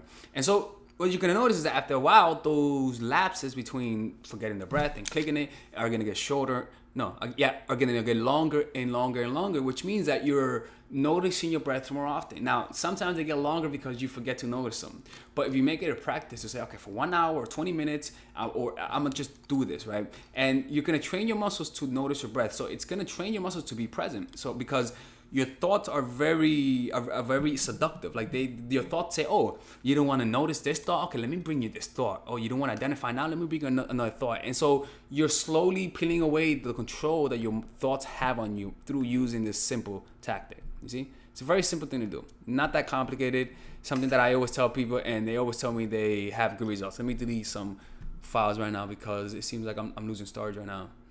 Un momento. 1 second. Yo, motherfucker, delete, man. Go ahead. Okay. All right, empty this. Okay. Come on, man. Okay. Number 5, the last one. Feel the body or feel your hand. Feeling the body is actually an extremely good one. An extremely good one for just being present. Now, the first one is actually good for negative emotions, for depression. This one is good just to be present, like during ever waking state. So all you have to do is just begin practicing feeling your body, like feeling the sensation of your body, because your body is an actual sensation. But you don't fully sense your body, not because you can, but because you're just so focused on your hand. You don't know. Okay, for example, like right now, you think you're feeling your body, you think you're aware, but let me ask you this. Notice how your body feels wearing your clothes. Notice how your clothes feel on your body right now. Right? Just notice it. Right now, you're more aware. Right now, you're more present. Right now, you're more conscious than you were a couple seconds ago. You're more aware. Your awareness has expanded right now. You see? So you're more open to things. So feeling the body takes away the awareness from your mind to your hands. Very similar to noticing your breath, but because it's more of your body, you're extremely more present because you're just like grounded in the present moment, right? You're feeling the body. You're not noticing. You're not thinking. You're feeling the body. The sensation of the body intensifies. Like it really, like it's not to do this because it feels like a drug, right? But it feels your body becomes more animated. You feel your body a lot more. So what happens, because the sensation of your body increases because you're putting more attention. That's what happens when you focus on something, it increases. You focus on your thoughts increase. You focus on pain, the pain increases. You focus on someone, you love them more, you hate them more. You want to hate someone, notice, just focus on how much you hate them, you're gonna hate them more. You see, focus increases it. So focusing on the body, it increases its sensation, so it'll make it easier to be focusing on it. You see, so that's what you do. So you start off like feeling your hand. For example, like you close your eyes right now, right, and you ask yourself, how do I know that my hand is there? And just notice. Don't think. Don't say your hand is there, but just how would you know that your hand is there? How does can you feel the shape of your hand? Can you feel those 5 fingers if you didn't know you had it? How does it feel? How did it feel, right? And then as soon as you feel it, you stay there. You stay there, you keep feeling it, you go into it, you feel the wrinkles, you feel you feel your nails, you feel the details, and then you move to different parts of the body, right? And then you go from your head, you feel the sensation of your head, then you go to your chest, you keep going up and down the body for like 10 or 15 minutes, you keep feeling every little part of the body, and then you feel the whole body. Right? You do this twice a day. I don't do this often. I should practice it. When I do practice it, I feel more present. But what tends to happen is that then you're practicing as a meditation, but then when you're walking in the street and you're talking to someone, you'll be able to focus on it more because you're practicing it. You see, so you're not just forcing yourself to be present during moments of turbulence or moments you're not thinking. No, during moments when normally thought takes your attention. You're practicing it like kind of like practicing in a game. You can't practice in the game, but you practice in the gym when no one's there. That's how you do it. So you just feel your hand, and when you're talking to someone, your awareness is not in what you're gonna say next. Your awareness is in your hand. You see, you're just feeling your hand or feeling your body, and you're gonna be more present. And it's an easy way. You see, and so when you're waiting in the line, you don't thinking, oh, I want to wait in line. You just feel your body and you enjoy it, and you're more present. And it affects the way you communicate. It affects the way you come across to people. And it's an extremely powerful way to be present. I'm telling you, it really works. So yeah, that's how you do it, man. So the first one is stop trying to feel better. The second one is see everything in detail. Use all your senses. The third one is smile at objects. Smile at your emotions and have compassion for them. The fourth one is use the clicker tactic. And the fifth one is feel the body. Anyways, it's Alex from Mindful Attraction. This is how you could become more present. I hope you guys have a good day, and goodbye. If you guys need one-on-one coaching, just message me at mindfulattraction.org. Bye-bye. Like, you cannot just always be in the present moment, because like there is like things that you need to think, like there are problems that you need to think about, of course. Yeah. Like like I don't know, like future or like Yeah, of course. So how do you like think about that and not like go crazy, like, oh my god. Well, it's like me saying like 1, 2, 1. You're just meditating on, you're thinking, but you're using that tool. So it's kind of like you think, okay, let me see what I got to do tomorrow. Okay, once you're done, you're done. You can think about what you got to do. It's a tool. Yeah. Just don't let the thought, the momentum of emotion take you out of the like don't let it lose awareness of your senses. Like just you could think about it. Just be in the world. Just at least think about and just feel your feet, or think about it and just feel your breath. Like it's as simple as that. You don't have to just fully be in your thoughts, because what you're the difference of what I'm saying is that you're thinking, that's fine, but then when you're thinking with emotion and you're creating a little story, that's the problem. But you can think about and plan things out. That's totally rational. That doesn't create problems. You're just trying to think about solution, and once you're done, you return. Or like when you become your thoughts. Mm-hmm. Because you're not your thoughts.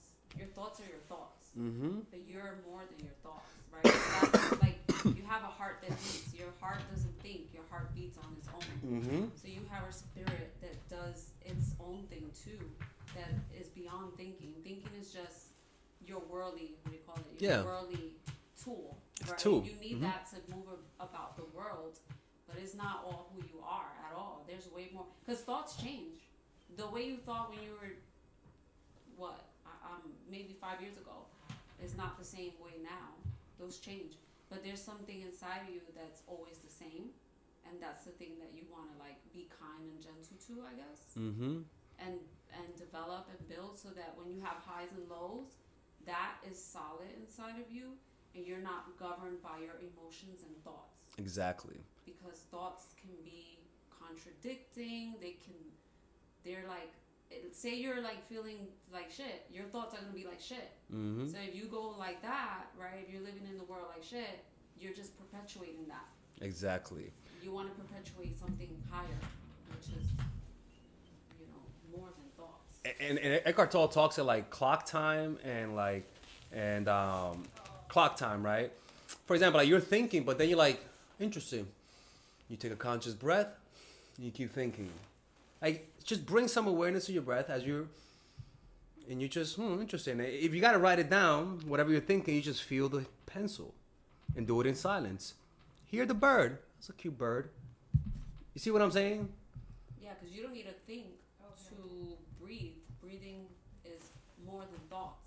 Yeah. So that's why I guess I think that's more like anxiety inducing though to me. Like What? Well, yeah, that's why you gotta Like, find something yeah, too. like, I Because feel like if you even feel when you say anxiety, like notice your breath, I'm like shit. Now, how often have you been meditating? Every day. Every day. Yeah, I think I mean, but I'm not like, oh, I need to like notice my breath. Like I do every morning, 15 minutes, 20 minutes, and then I just go about my day. Are you noticing your breath right now? See what I'm saying? So all you gotta do is that when you're thinking about whatever thing, oh, am I noticed? Just return to the breath. Yeah. Like it's if you forget, just return to the breath no matter what you're thinking about, and just keep thinking as you're noticing the breath. It's like watching the TV and and you're babysitting. You could watch the television while you're peripherally aware of the kid, right?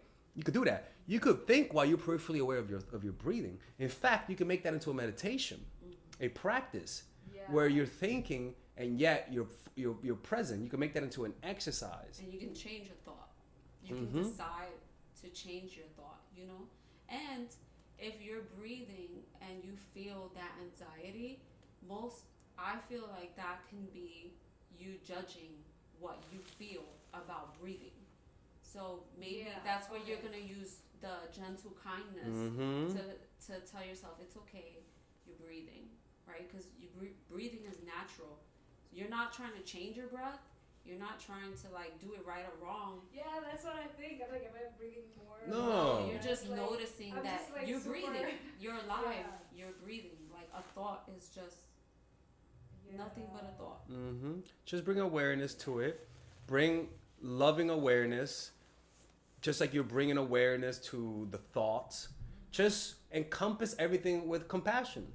You're thinking with compassion. You're feeling your breath with compassion. And it's a very loose thing. It's not an intense, oh my God, what the fuck type of stuff. Just loose. And if you suck at it, have compassion for yourself. Yeah. That's all. Compassion with that. You know what really changed my way to talk to myself? And then at first I used to be like, what the fuck, do I have like several personalities? Which we all do. We all have like different parts of ourselves, right? Like you have a part of yourself that feels more innocent than, you know, another part of yourself that's more. So what I started doing that really changed for me was like talking to myself as if I'm my own mother, really kindly. Like if I feel something off, or you like kind of tell yourself like, it's all right, baby, or something. You know, something that you would tell a child that you love, that you're raising. You're kind of raising your own awareness. So if it feels like it did something wrong, you're like, no, babe, you didn't do anything wrong, or how, or, you know, anything like that. But I don't know how you would like talk to. It's like Big Mama, sugar, everything's yeah, okay. you're like, sugar's Talk alright. to Tyrone. Hey, everything's okay, girl. Yeah. Tyrone. Don't talk to Tyrone. You're like, Tyrone, Yeah, like, you can make a joke out of it like that, like, cause I'm very like you said, like I find shit funny that is probably not funny to. Then you make talk to Tyrone in your mind. You could give it a name, you know. That way you know that it's not you. It's not you. It's a thought. So not that your thought is bad, like it's just a thought. So you can talk to your thought with kindness, like a child who needs to learn something different. And what happens is that like you'll realize that there is the thought, and then there is the part of me that's having compassion for that thought. Two completely different things.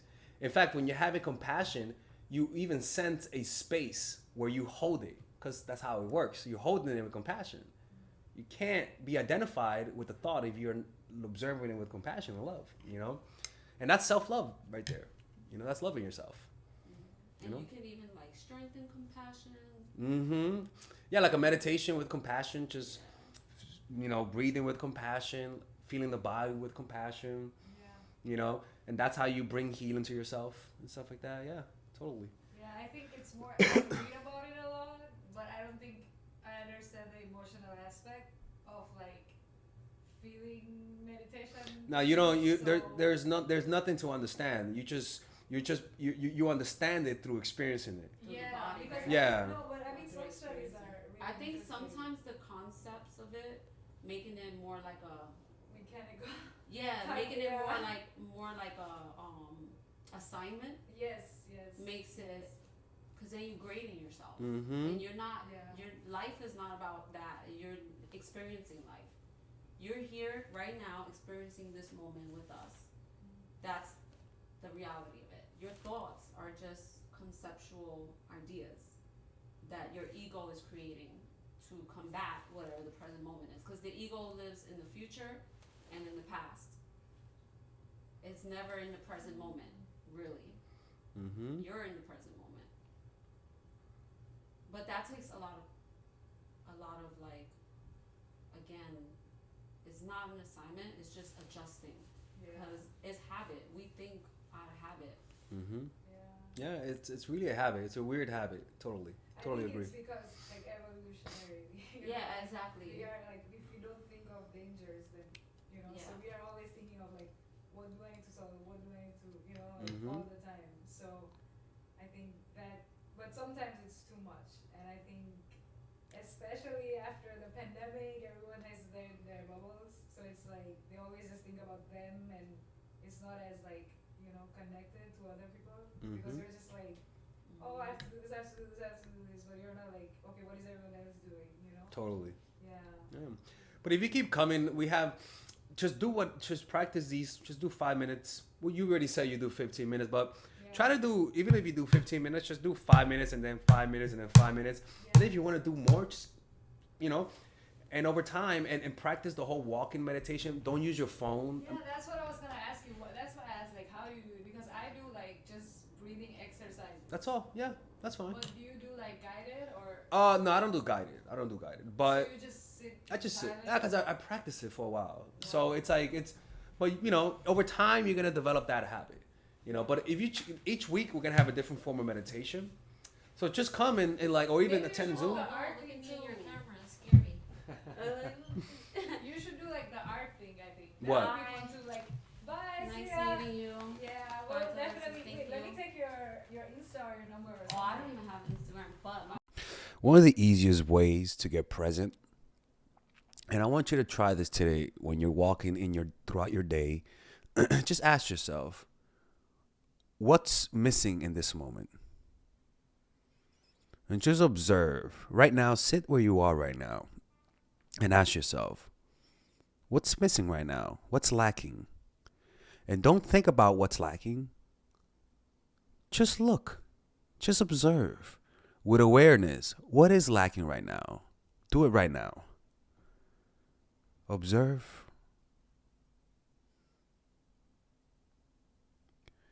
Can you sense anything that's lacking in this moment?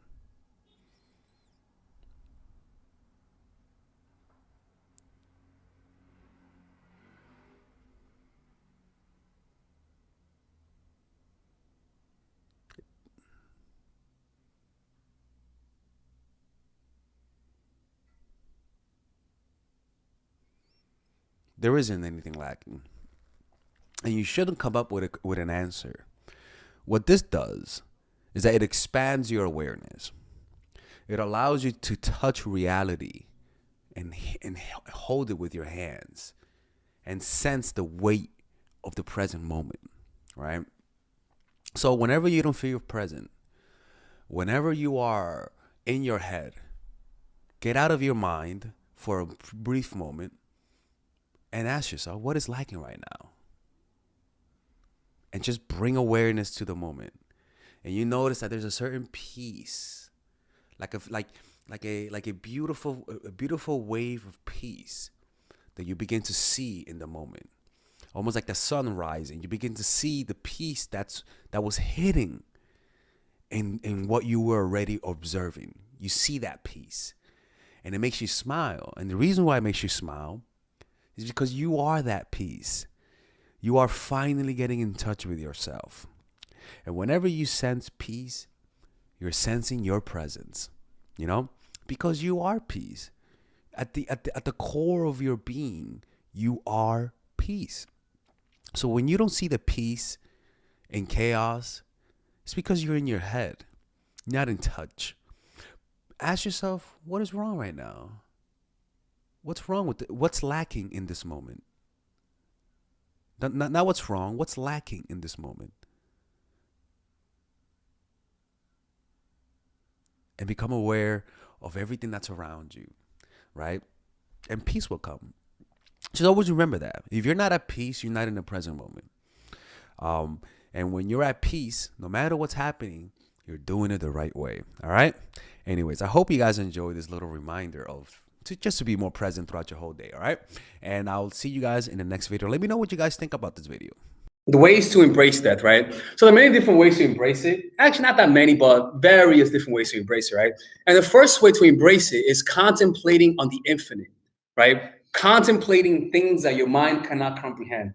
You see, is something that the mind really is a threshold that the mind cannot comprehend, right? It's a part of existence that nobody has any fact, nobody can say for certain what's going to happen. You see what I'm saying? So let me keep reading, because mortality, right? And so you feel that foretaste of death anytime you see something that you cannot put into words, right? Anytime you feel in awe, anytime there's something so vast and so incredible, like looking at the night sky, anytime something like that happens, it's almost like it's the experience of death, because death is you just cannot comprehend.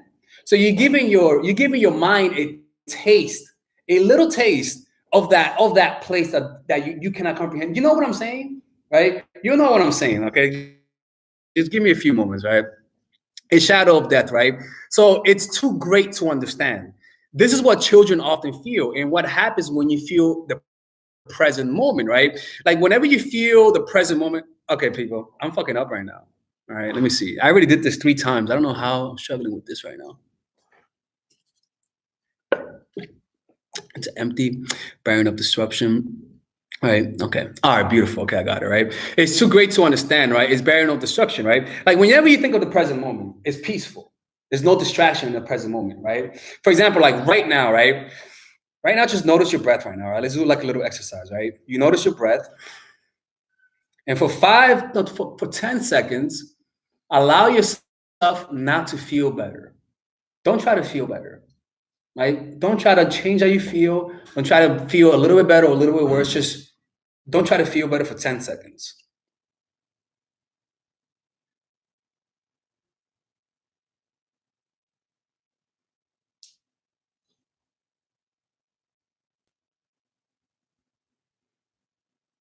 Right? And what you notice, first of all, your shoulders relax, right? The experience of this moment becomes a little more intensified. There's not that much distraction.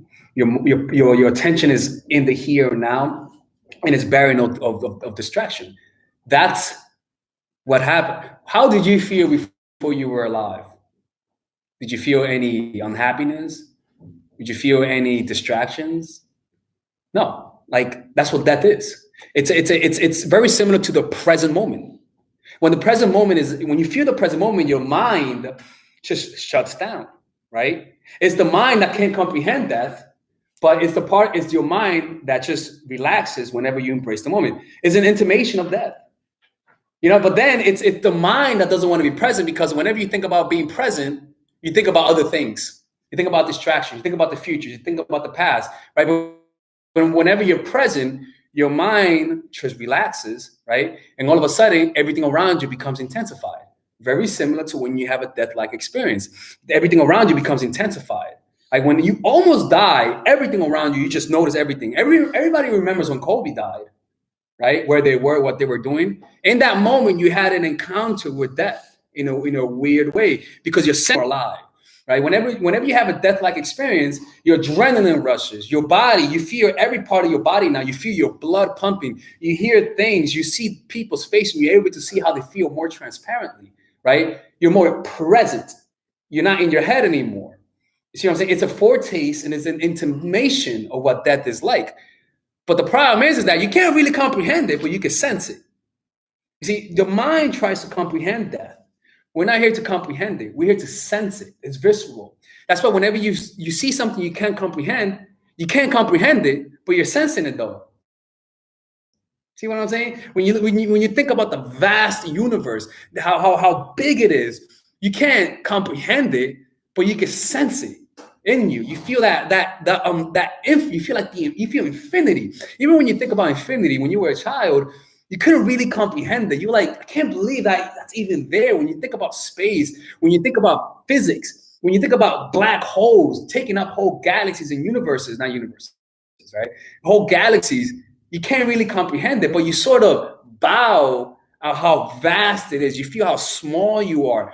You can sense how small you really are. You all of a sudden go from this human to this little speckle in the universe. You're able to you have a sense of proportion of how big things are compared to you, as opposed to when you're distracted, you feel how great you are. You feel amplified. You feel immortal because you think you'll always have time until you're snapped out of it with a death-like experience. And you're like, oh my God, I could die one day. See what I'm saying? So whenever you think about things that are beyond your comprehension, things that are you just cannot fathom. And that's the fucked up part of being in this society, because we understand most things, right? Mystery as it was before. Remember when you couldn't comprehend the universe, when you couldn't understand what's outside, before we understood black holes, before we understood how expansive the universe was? It was just a complete barren land of mystery. And for some reason, it's like something to ponder about. And that's what our ancestors had. They had this window of infinity in front of them at night. They didn't have no light pollution. So they were able to see the universe, and they were able to comprehend and go beyond this present moment and just try to comprehend what's out there. That feeling of infinity, of what's vast, shrinks you down. It makes you feel, it allows you to really see, not feel, but to really see how small you are compared to this universe. Does that make sense? Because what tends to happen is when you think you have unlimited time, you tend to think that you're more special than you are. You tend to think that you're this unique thing. And as a result, you tend to separate yourself from all humans because you're different, you're unique. You know, everyone else could die, everyone else could get older, everyone else could have this and that, but I'm unique. That'll never happen to me. You know, but whenever you think about the infinity of time, it's like when you get older and you're like 40 or whatever, and then you see someone who looks like you when you were younger, and you're like, that's my version, you know? And so it's kind of when you think about the infinite, you're able to comprehend all of that. This is why when you take psychedelics, like for example, ayahuasca, right? Ayahuasca has a retrospective aspect to it. In other words, not a good idea to do that, right? But I even remember posting this on Reddit, where I saw a vision of past predators. I would see predators of the past. That's the vision. It was like wolves, right? I saw the vision like wolves, and I just thought of them like the predators of the past, right? And they told me how, okay, let me go with that, because I even made a Reddit post. Let me find it, right? Let me read it. I'll find it and then remind me to show you guys that, okay? But what they told me is that we're everywhere. We see everybody. I gotta read that. I'm sorry. Because it's so crazy when I read that. No. It's different. It's ayahuasca is not a toad. That's different. It's something similar though. It's like one just is. I think the toes is supposed to be like a little bit more stronger or something like that, or like a little bit more intense or something of the nature. Yeah, I heard about that, but one second.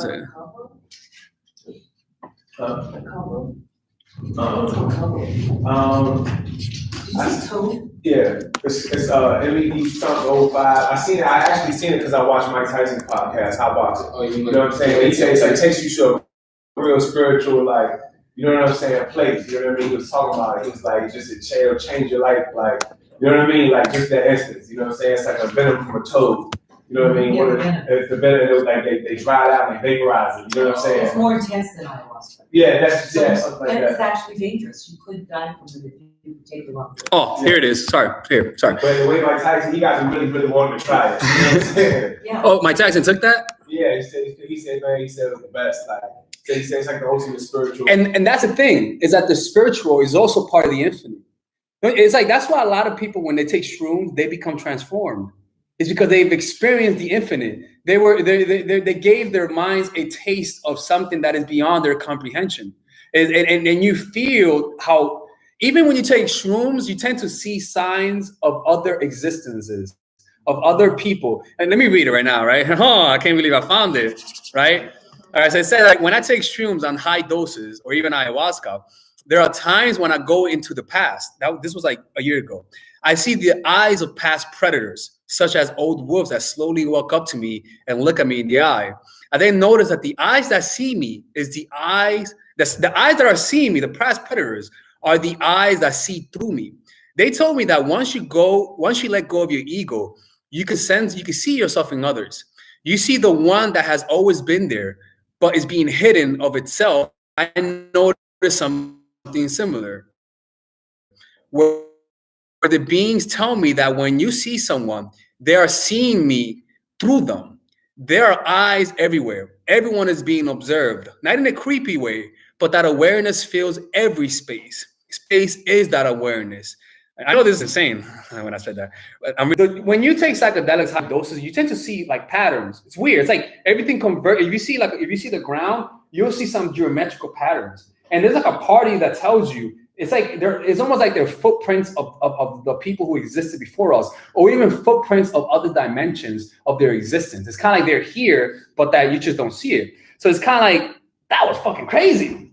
You know, it's kind of like, just thinking about it brings chills just thinking about it. You know, but thinking about that forces you to think of other existences. It forces you to see the afterlife, if there is, as something deeper than just your own death, as something deeper than just your own existence of just you leaving this earth. It forces you to give it like almost like a mythical, a very spiritual quality to it, right? And that sort of allows you to sort of rest on that infinite quality that I'm trying to talk about, which is the infinite. It just takes you away from this moment and just forces you to think about things that are bigger than yourself. And when you think about that, it lowers your ego. That's what spiritual people are. People who are thinking about something that transcends the moment. Does that make sense? It's crazy shit, isn't it, huh? It's creepy. I'm not gonna lie. Those predators creep me the hell out. So yeah, you see, I'm very slow with my seminars. It takes a while for me to get some momentum, right? So yeah, just this reality is all around us, but we're not aware of it because of our distraction, right? And again, that's why people take psychedelics, to give themselves a spiritual experience. When people think about spiritualism, it's not just being present, it's about transcending the mind. This is what we're talking about transcending the mind, thinking about the infinite, because your mind cannot really comprehend infinity. It just cannot. But you can try. And the part that tries isn't the mind itself. It's a part that's beyond the mind. You tap into your higher self whenever you think about the infinite. You feel different too. You even feel a little bit more at peace to some degree when you think about the infinite. That's why people who are dying psychedelics, they give them shrooms, because they're able to think about their own death from a more realistic perspective, which it isn't that scary, but fuck that, you know. Right? By the way, I'm not talking to you guys like I'm some like sage that has accepted it. Nah, man, I'll go down screaming and crying, right? But I'm just being honest, you know. But you know, I'm trying to work it out myself too, right? So yeah, it's too great to understand, right? So this helps you see our shortness, right? Remember the time you took shrooms and you saw people sitting and then somebody took their place. Oh, okay, right? This helps you see the shortness of life whenever you think about the infinite. Because then when you think about infinity and how vast time is and how big the universe is, and then in comparison, you narrow your focus into this moment, you tend to see how not useless, not meaningless, but how serious you're taking things that you shouldn't be taking that serious. You see what I'm saying? You can see how wrong your perspective are with some things. When you think about death, you all of a sudden notice how you're thinking about your parents from the wrong perspective. You see them more as a temporary thing. They're temporary. You know, you see that they're gonna expire one day. You see that you're gonna expire one day, and that has to change the way you see things. And as a result, how you deal with them and treat them. Whenever you know that somebody's gonna die, your parents are gonna die, your mom's gonna die, you treat them with more tenderness. You treat your life, you see everything around you. When you see New York City, one day New York City is gonna be taken over by nature. Trees are gonna begin growing out of the buildings. You know, monkeys are gonna begin living here. You know what I'm saying? Animals are gonna begin taking, refuge in these places. And then you might have a completely different environment tailored to this kind of place, right? So it's kind of like thinking about that allows you to embrace the culture that we live in, not from a perspective of I don't want to leave, but from a perspective of this is gonna go one day. Let me appreciate it because one day is not gonna be here. Two completely different mindsets. Does that make sense? Yeah. So you see the shortness of life, right? This happens when we take shrooms. What the hell is mean with shrooms? And take and return to the past or future, right? And again, this is why I want to read my notes because I want to get ahead of myself. Contemplate the infinite through physics and other mind-expanding subjects. Right? So, but we're gonna talk about other ways to do it. So contemplate the infinite through physics, reading about new discoveries in science, right? Another mind-expanding subjects that is the threshold of our minds. Remember the baby bird ayahuasca experience. All right, let me give you guys an example, right? So when I went to Colombia, I took ayahuasca and all that sort of stuff. So to be honest with you, seriously, like they're dinosaurs, by the way. Birds are dinosaurs. Because they have wings. Dinosaurs have wings. You really notice they're dinosaurs. So when you eat chickens, you're eating dinosaurs. Yeah. It tastes like So if you eat a T-Rex, it tastes like chicken, right? But you eat the wings too. Pretty good. Korean chicken. No, I'm not saying that they use dinosaurs. But anyway, so I became a bird, right? And I saw myself as a little baby bird, and then I saw my mom as like a big bird, right? And she was like looking around, I don't know what she was doing. She was looking around, right? And then in that moment, I realized that that's my mom right there, right? And she is the most important thing for me, right? As opposed to when you look at that bird, when you look at those random ass birds, you just see them as birds, like just birds. But to me, that was my mom. So it's kind of like experiencing the what's important to different animals is very mind expanding. You sort of come back and say, oh my God, like it's like a completely different reality. It's like this is important to me, but to an animal, it's like to a little bird, his mom is the most important thing. And then you look at that bird, the bird's mom, and you eat it like it's nothing. You just ate that bird's mom, dude. Like you ate that bird's mom. But that's not the point. The point is that that's a mind expansive experience. And I'm not telling you guys to take psychedelics. Please don't take. Actually, I'm not gonna say please, but you can watch Joe Rogan and stuff like that. But that's an experience, right? And so, anyways, let's keep going, right?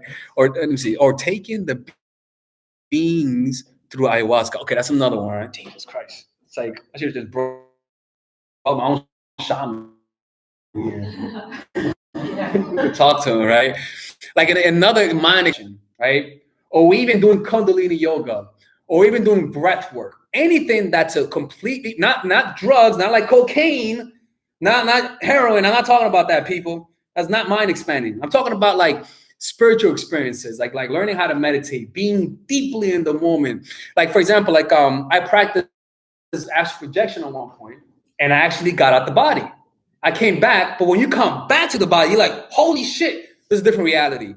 And because of that experience, it's almost like you give your, it's almost like, it's like another level. You're like, you know what, man, this ayahuasca, brewed it up. I made it in pill form, right? So, you know, and yeah, I made it like a little pill form, and it was a good ayahuasca too, right? It did it, and that experience was more of an auditory experience where the beings. I'm not going to tell you the whole story, but like the beings were talking to me, and I would listen to them almost as though you're listening to your own voice, but times 10.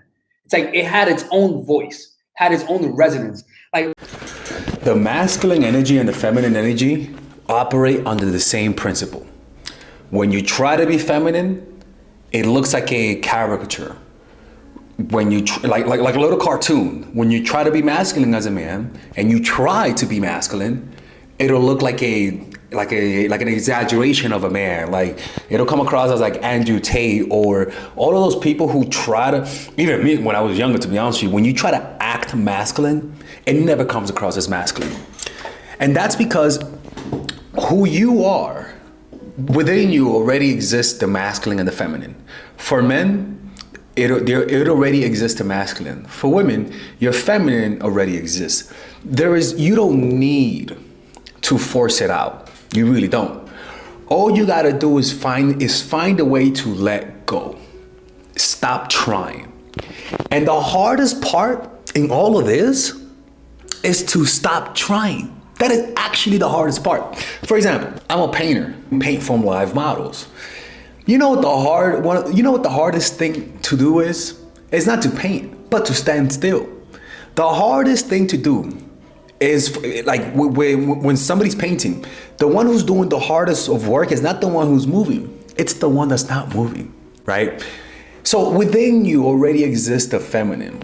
The problem is that your desire, your focus on expressing your femininity causes you to exaggerate it, and it'll come across as a caricature. It doesn't feel real. So there are some nonverbal cues that you could send to communicate that, because it already exists within you, right? So I'm gonna give you guys some pointers, some mental ways, some ways of viewing things that will maybe allow you to let go, right? It's not a direct way of doing it, but it's more we're hitting this area, this area, this area, this area, in the hope that the femininity expresses itself.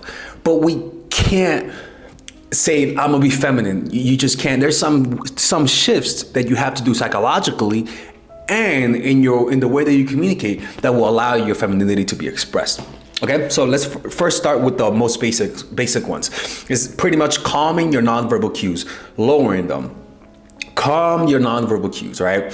So that means when you talk to people, try to talk relaxed in a relaxed way. That's the most important part, right? You'll notice that to express your femininity takes a certain level of minimalism. So talk in a more calm way, relaxed, right? Move slower, speak slower. When people talk, now don't be talking like you're slow, right? No, we're just saying if you speak fast, speak slower at a normal pace.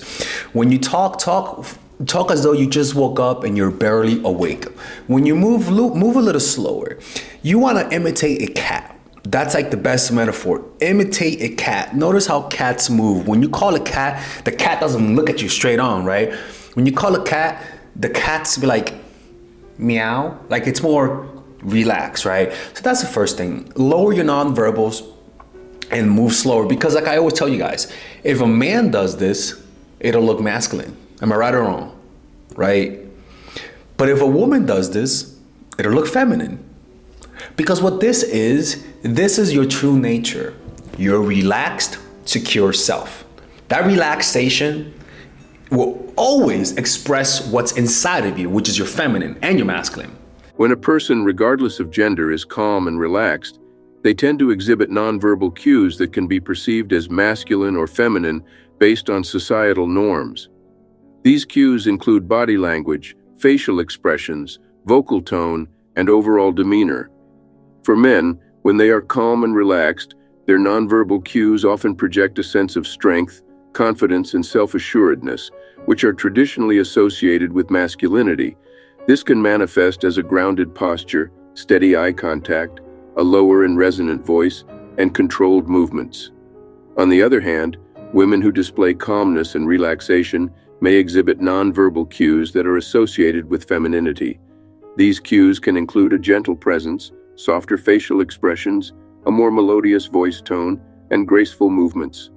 These traits are often attributed to femininity based on societal expectations and cultural stereotypes. It's kind of similar to when people say when a woman acts assertive, she looks like a bitch, but when a man acts assertive, he looks confident, right? So it's almost like it's simply because you're taking it and taking in how they look and their sex into account, right? So when you do this and express calm nonverbal cues, it'll look feminine, and if a man does it, it'll look masculine, right? It's kind of like a similar analogy. But when you tense up, you're almost like an artery that's blocked. You don't allow your naturalness to express itself because you're tense. You relax your nonverbals, relax your face, relax the facial muscles, relax your body, right? And relax your voice. It'll express what's already within you. We don't have to try to act feminine. Stop trying to act feminine. It's what that causes is overacting. And actors know when you overact, it causes you to look like you're not acting. You can see the acting through the overaction, right? When you're really acting, it don't look like you're acting. It just looks natural. So this is how you naturally do it. And I bet you ladies have been around men who are trying to act masculine, right? You'll notice there's like an exaggeration of expression, an exaggeration of their voice, right? But it's the same thing with women. Being feminine is not about being that ditzy, hey, how are you? Oh my God, none of that bullshit, no. Being feminine is about bringing out your masculine and your feminine. And what I'm trying to communicate to you is that you do not have to try. There is no effort here. It's just effortless effort. Within you already exists a masculine and a feminine. You see, my advice would be to tell you, just express the masculine and the feminine, right? Try to find a way to combine it. You have to be open to gender roles. Oh, become aware, what is it about men that you like and what would you imitate about a man? Just think about that, right? For example, with me with women, I like earrings. I like it. I like the jewelry that women wear. It's nice. Some guys wear eyeliners. Not my thing. Some guys will wear chokers because women wear chokers. Not my thing, right? Some guys wear tight clothes because women wear tight clothes also. It's not my thing, right? So the expression of my femininity is what you guys see, okay? Some women, you want to ask with yourself as well, what do I like about what men do? And what can I do to imitate them? That's all you have to do. And over the months and over the years, you pick this up, you pick this up, you pick this up. And what would happen is that you'll naturally integrate your masculine and your feminine, right? So if you learn to relax your nonverbal cues, which naturally will come whenever you are not nervous, or you could learn to relax it through, which we're going to talk about how to do that. Then you learn to pick up some habits that men have. You want to open yourself up to the habits that men do, to activities that men do, to ways of acting that men have. Just open your mind to it. You don't have to do it. Just open your mind to it. You'll naturally imitate some things. That's what I'm trying to say. Just keep it's like men who don't shop at the female section, right? I don't shop at the female section. But if I tell men, look, be okay with wearing things that women would wear. If it fits you, it fits you. If it doesn't fit you, it doesn't fit you. Or take career paths that women would take. At least consider career paths that a woman would take. Consider some activities that a woman would do. You don't have to do it. Just consider it. Naturally, you're going to find something you like. The of femininity is a personal journey and can involve a wide range of experiences and expressions. While some individuals may find that intentionally trying to be feminine leads to an exaggeration of feminine energy, others may discover a more natural and balanced expression by simply following their own preferences and interests. When someone approaches the exploration of their femininity without explicitly categorizing traits as feminine or masculine, they have the freedom to embrace qualities they genuinely enjoy, regardless of societal norms or expectations. By focusing on what resonates with them personally, they may naturally discover and incorporate certain traits that are traditionally associated with masculinity. For example, someone who appreciates qualities like assertiveness, leadership, or independence may find themselves naturally gravitating towards those traits, even if they have been stereotypically labeled as masculine. The key is to let go of rigid gender stereotypes and allow oneself to explore and embrace a diverse range of qualities, behaviors, and expressions that feel authentic and fulfilling. It's important to remember that femininity is not confined to a fixed set of characteristics and can manifest differently for each individual. By embracing a more holistic and inclusive understanding of femininity, individuals can cultivate a sense of empowerment and authenticity in their self-expression. Ultimately, the process of embracing femininity is unique for everyone. It's about honoring one's own preferences, values, and instincts rather than adhering to external expectations. By allowing oneself to explore and adapt various traits and qualities in a way that feels natural and genuine, individuals can create their own authentic and fulfilling expression of femininity. Right? So that's one thing. So it's the nonverbals relaxing. After that, it's opening your mind up to activities that men do and things that men do, because when you just express femininity, it doesn't feel natural, because that's bullshit. All right? Too much femininity comes with disrespect. Too much femininity comes with objectification. That is not the true feminine. A true feminine is a mixture of both. Majority feminine and a little bit of masculinity. And you can't have one without the other. Now the next one is your mind. You have, and I hate to say this is a feminine thing, but the truth is that you can't fully have feminine energy if you don't have a nurturing energy about you, right?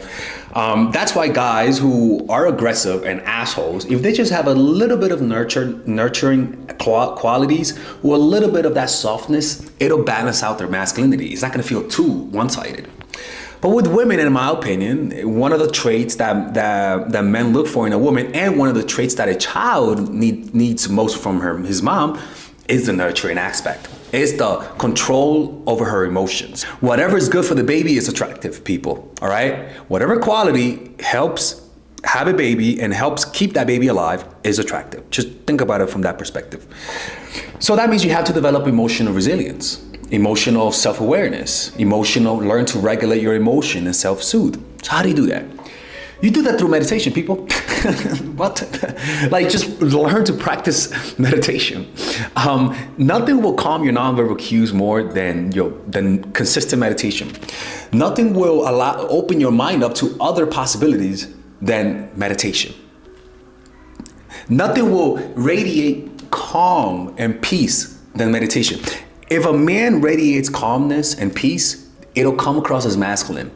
If a woman radiates calmness and peace, it'll come across feminine. Do you guys understand what I'm trying to tell you here? Like, did you get the whole point here? This is not, we're not, for example, if you, let's just say you're a fucking dog, not you, but like, he called us a dog. He called us, clip it and send it to the newspaper. Shut up, Melissa. If you have any creature, a dog doesn't have to try to act like a dog. And a lion doesn't have to try to act like a lion. It's only when the lion or dog feels insecure, it tries to be something else, or it'll look weird. But you don't have to try to be a woman. You don't have to try to be a man. All you gotta do is let go of insecurity, and you allow to let go of insecurity through mindfulness meditation and through love and kindness meditation. Give it a try for 1 month. Try love and kindness meditation, right? Now, these are the 3 tenets, the 3 pillars of expressing feminine energy. As simple as I could put it, all right? Anyways, just apply. If you give it a try and it doesn't work, the way I see it is this. Imagine a man doing this. Imagine a man applying this and having that assertive energy, having relaxation in his face, calmness, being open to things, right? Speaking in a calm, relaxed way, moving a little slower, right? His face is relaxed. It'll come across as masculine. And if a woman does that, it'll come across as feminine. It's that simple, man. Anyways, I hope you guys enjoyed this video. If you guys ever want to work with me one-on-one, go to mindfulattraction.org. If you guys want to learn about the meditation aspect, you guys can purchase my course, Emotional Mastery. It's a 6-week course on how to develop a meditation practice, overcome trauma, right? And how to become more confident through meditation. And if you guys ever want to work with me one-on-one, Or check out my courses. I have Mindful Attraction University. You can purchase all of my courses in one bundle. I call it Mindful Attraction University. I'm gonna just start calling it that, to be honest with you.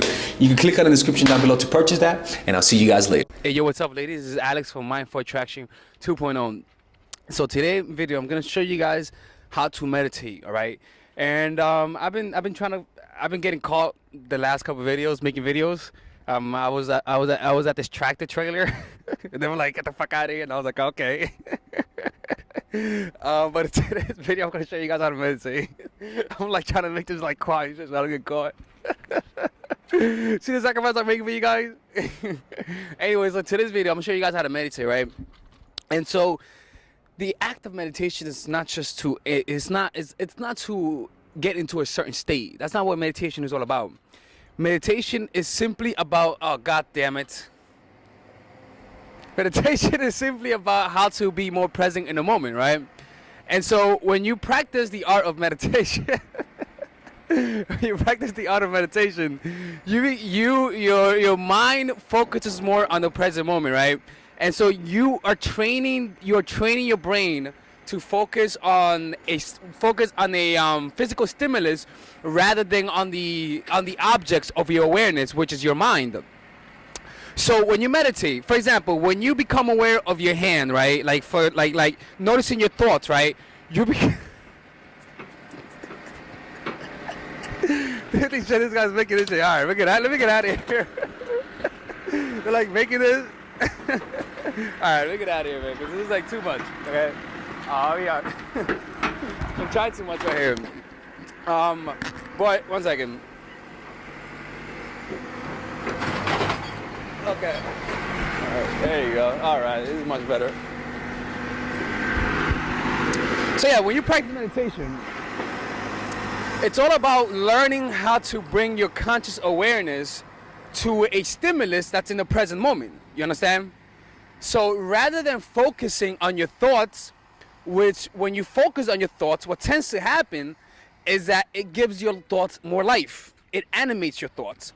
So if you had a thought about my day sucks, and there's an emotion that accompanies it of low self-esteem, like let's say you feel shitty, right, and then your day goes badly, the emotion is going to intensify those thoughts, and it's going to create a story that is about your life, and that story is going to dictate how you perceive yourself. It's going to dictate your own perception of yourself, right? And so that tends to perpetuate that kind of story if you continue to identify with it.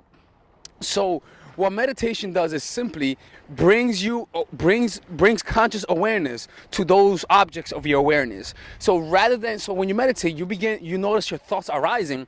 So then a simple way to meditate is simple, right? All you got to do is just notice the breath. Just notice the breath, right? And so this is one of the simplest forms of meditation, because when you meditate, your responsibility is not to not think. You see, that's not your responsibility. Your responsibility is to simply notice yourself, noticing your breath, and to notice yourself forgetting to notice your breath. And as soon as you forget as soon as you forget to notice the breath, what happens? You return to the breath. All right. So a simple way to meditate is to simply notice the breath, right? And notice yourself forgetting to notice the breath. As soon as you notice yourself thinking, all you gotta do is return to the breath. Now, when you meditate, right, I want you to imagine as though your breath is the most interesting person in the world, and all you're doing is just noticing it, right? And each inhalation and exhalation is the most interesting inhalation and exhalation in the world. And so what tends to happen is that meditation is not about getting into a state. Meditation is simply about training your brain to bring conscious awareness to the physical sensations of the present moment. Because when you do that, suddenly your thoughts don't control you. Yeah, you may hear your thoughts, but because you're focusing on a stimulus, which is in the present moment, which is a physical sensation, it doesn't matter what it is, you usually become more grounded, because your thoughts, what do they usually do? They bring you away into the past and into the future. Your thoughts are usually made out of a past and future. So when you think about your thoughts, you're usually trying to fix something, but usually if you're not in the present moment and the problem is not facing you, you can't really do anything about it. And if you cannot control your thinking, then that means that you just have a compulsive need to think. All right. So all you gotta do is, rather than stop trying to think, you just notice a physical sensation. So what I like to do, notice the breath, right? Or I notice my hand. And so what tends to happen is that because you're noticing your hand, think about it. When you notice your thoughts, what happens? You think more, right? And what tends to happen is that then your thoughts gaining momentum, where it's just a natural state of being. So what you do is you notice your hand. Now what happens when you notice your hand? You're just noticing your hand. You can't think, because you're noticing the hand, so the hand can't think. But what you do though is the physical sensation of the hand increases. That's what attention does. It animates whatever you focus on. For example, when you focus on the tree, on like a tree branch, you will see a tree branch. But if you focus on the tree branch, suddenly you notice more of the details. It animates the way you receive that stimulus. So the same way with your thoughts. I mean, with your hand, you feel your hand and you feel it more. Right? And so what tends to happen is that you can't really think with your hand, but so with that thing that you used to do, which was focus on your thought and then animating it, now it's with your hand, so your hand cannot think. So what happens? All you are is just aware. You're just aware. That's all you are, just aware of your hand, and that no more. So you can't really think. So when you practice that form of meditation of either noticing the breath or noticing the hand or any physical sensation, you become more present. It's very easy. It's the simplest way to become present in the moment, you know? So again, to meditate, just notice the hand or the breath and do it for like 10 or 15 minutes. Or another form of meditation is through yoga.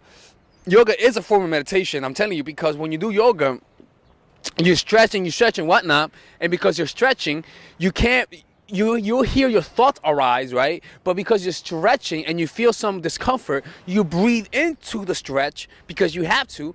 What happens is that you hear your thoughts, but because you're focusing so much on the stretching part, you just see them as just parts of your awareness, as just little things coming up. And so you don't really think that much, per se. But that's not the point. The point is to train your mind, train your brain to become grounded on the present moment stimulus that's not your thoughts. Or you just become aware of your thoughts, because when you're stretching or you're doing yoga, you are aware of your thoughts, but they have less weight. That's the point. You begin to see the insubstantial phantom, which is your mind-made identity, which is your thoughts or the ego. Yeah, that's how it is, yo. It's very simple. Another form of meditation is to listen to the quietest sound in the room.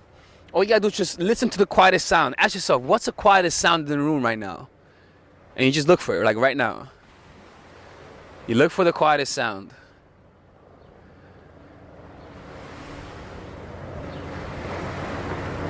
Look for the quietest sound in the room right now.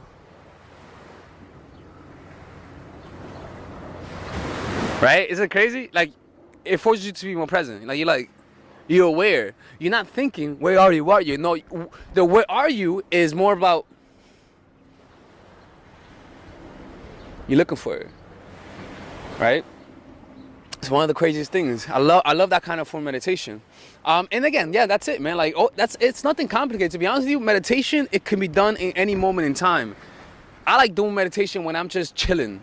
Like when I'm walking in the streets, I notice my breath. When I am talking on the phone, I notice the way the person's voice resonates in my ear. So it's not just meditation when you're in a when you're just sitting down. Meditation is also done during waking hours, but you practice the art of sitting down and meditating to strengthen those muscles, to isolate the muscle of awareness. It's kind of like when you're lifting weights. You could do compound exercises, right? But also you could do isolated exercises, which in this case is just the art and practice of meditation. So that when you go into the outside world, you're able to be more present. Another form of meditation is very similar to what I said yesterday about writing down your current physical experience. Rather than saying, I feel this, I feel that, you literally choose 10 minutes of your day to just continually keep writing down the physical sensation of your experience. So if you feel happy, you write down the physical sensation of being happy. I feel weightless here. I feel weightless there. My mind is creating this thought. My mind is creating that thought. It's almost as though you're painting the experience of your experience. It's kind of like looking at a scenery, right? And you're sketching it, right? But in this case, you're not sketching it in terms of like writing down your thoughts and sketching it, but you're more about writing down the physical experience through awareness. You are aware. You scan it through. You don't scan it with your thoughts. You scan it with your awareness. You look for discomfort. You look for any places where you're loose, and you write it down. Okay, this feels loose. I feel this, I feel happy, and this feeling of happiness feels this way. It feels like a bubble, a warm bubble in my stomach, and it's producing these thoughts. It's relaxing this muscle, it's tensing up this muscle, and so you write down the physical sensation. And what tends to happen is that you become more present when you do that. You'll snap out of it, like you do it for like 10 minutes, and you walk around, and you notice that you're more aware, you're more present. It's because you practice, you isolated the art of meditation through practicing it in an intentional way, so that when you're in the outside world and when you're talking to people, interacting with people, watching my videos and subscribing, obviously, and telling your friends about it, you're more aware and you're more present. That's how it's done. Anyways, it's Alex from Mindful Attraction. If you guys need one-on-one coaching, go to mindfulattraction.org. Today's the only day I'm offering half off. So if you contact me today, you guys are going to get it.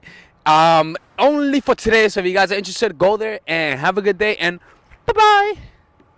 All right, ladies. So today we're going to be reviewing an older video about how to detach from someone that you love. Originally, the video was called How to Deal with a Broken Heart, but it's pretty much how to get over somebody who hurt your ass, all right? And so these are strategies based on psychology, based on spirituality that will help you get over someone who you need to get over. And the problem is that depending on the level of trauma you've had in life, it can be really hard to get over someone. It can be really difficult. Because sometimes you're actually experiencing some trauma that you haven't healed from childhood. That's why dating is such a important thing, because they force you to confront your dark side. That's the parts in you that you have suppressed and compartmentalized in your mind. So today we're going to talk about how to deal with that, and I'm gonna see what I said in the past, and I'm gonna tell you guys what I think now. All right. And by the way, hit the like button and subscribe. And also, I realize I've been having the wrong link to the bundle. You know, when I'm doing a bundle sale to help me pay for all of my tuition, and I realized that the link didn't work. So, ladies and gentlemen, if it didn't work, click on the description down below. Now the link actually works. And another thing, we're most likely, depending on the level of interest, having a seminar in London. Click on the description down below to join the London WhatsApp group so that you guys can join there. And hopefully I could get 20 participants who will attend. It's going to be like around €100. And if that's possible, if that's like how many people are going to go, then I'll go. So I'm hoping by the end of the month I could get a feel for it. All right. So let's begin with the video, and let's start. Like a bowl. Today I'm going to be revealing to you the only and the best cure for your broken heart. Most of the time, when we're brokenhearted, it's usually because somebody dumped us.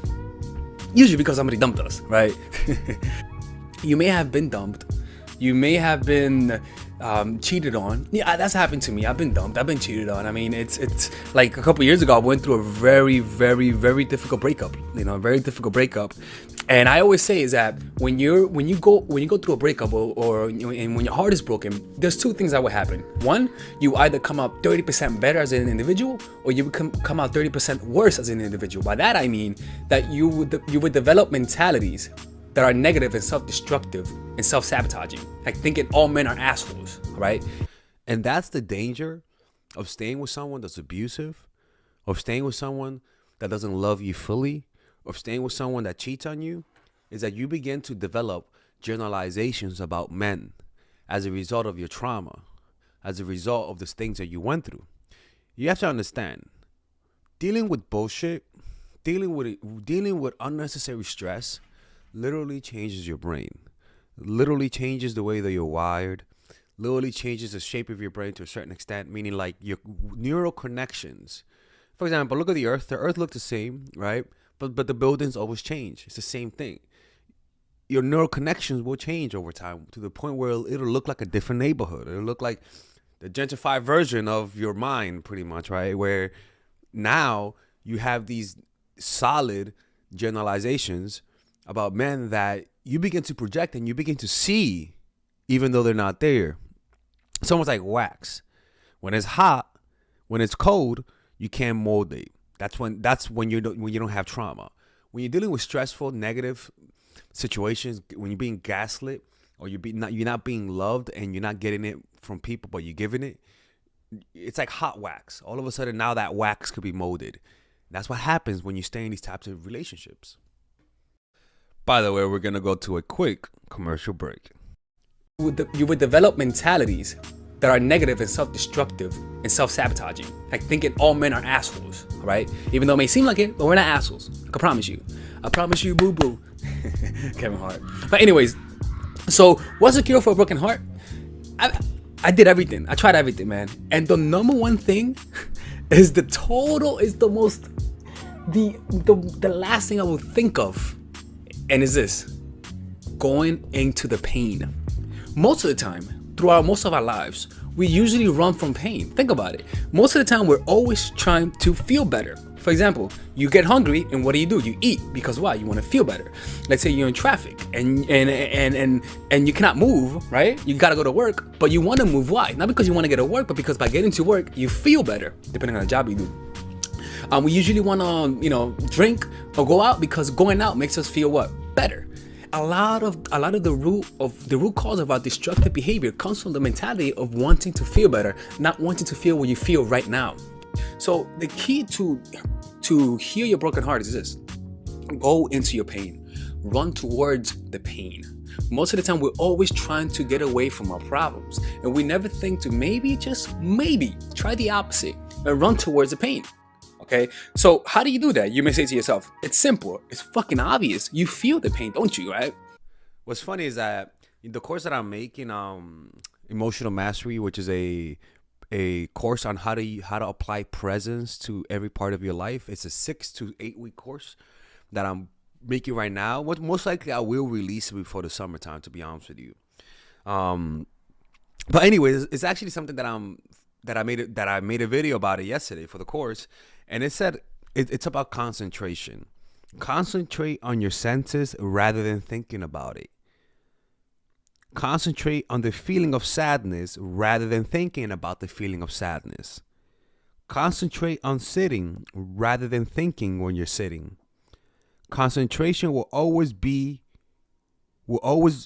take you to a state of no thinking and unity. What are you doing right now? Concentrate on it. Are you talking? Are you listening? Concentrate on listening more. So that means that if you feel depressed, concentrate on the feeling of depression. That's all you have to do. Don't think about the feeling of depression. Don't think about why you feel that way. Just concentrate on that feeling. Concentration always leads to peace. Concentration always leads to a state of flow. Hey, stop pointing that shit in my fucking face. Get out of here, Melissa. Concentration, whenever you concentrate, peace arises from it. So just concentrate on that feeling. Don't judge it. Just concentrate on it. Concentrate on your resentment. Concentrate on your depression. Concentrate on that. Don't think about it. Just concentrate on the feeling. There's a difference between thinking about it and concentrating on it. Big difference. And you could pre-order that course by clicking the description down below. You could pre-order it at a much more affordable price. So rather than trying not to think about it, rather than not trying to distract yourself, which is what everyone recommends, what I recommend for you to do is this: feel the pain in its entirety. Why? Because by feeling the pain, you're allowing your body to decompose it, to flush it out. You see what I'm saying? So what I always like to ask myself is, I wonder what's going on inside of me right now. Try this with me right now. I want you to try this with me, okay? I want you to feel that pain. What are you feeling right now? And I'm gonna do it with you, okay? And this is how it's done. It's part of mindfulness. Feel that pain right now. Ask yourself, I wonder what's going on inside of me right now. And just feel that pain. Notice how it feels. Notice, can you feel the location of the pain? Just locate it. I don't want you to think about it. Just with your attention and awareness, locate the feeling. Okay? Notice how big that feeling is. Notice the size, its circumference. Can you sense notice the energy level? Is it a high energy level or is it a small energy level? Notice the tension around that feeling. Is it tight or is it loose? Notice how it revolves. Notice how it moves inside of you. Okay? Now, can you feel the space around the emotion? I want you to notice that, because your emotion is inside of you, right? You feel that emotion, right?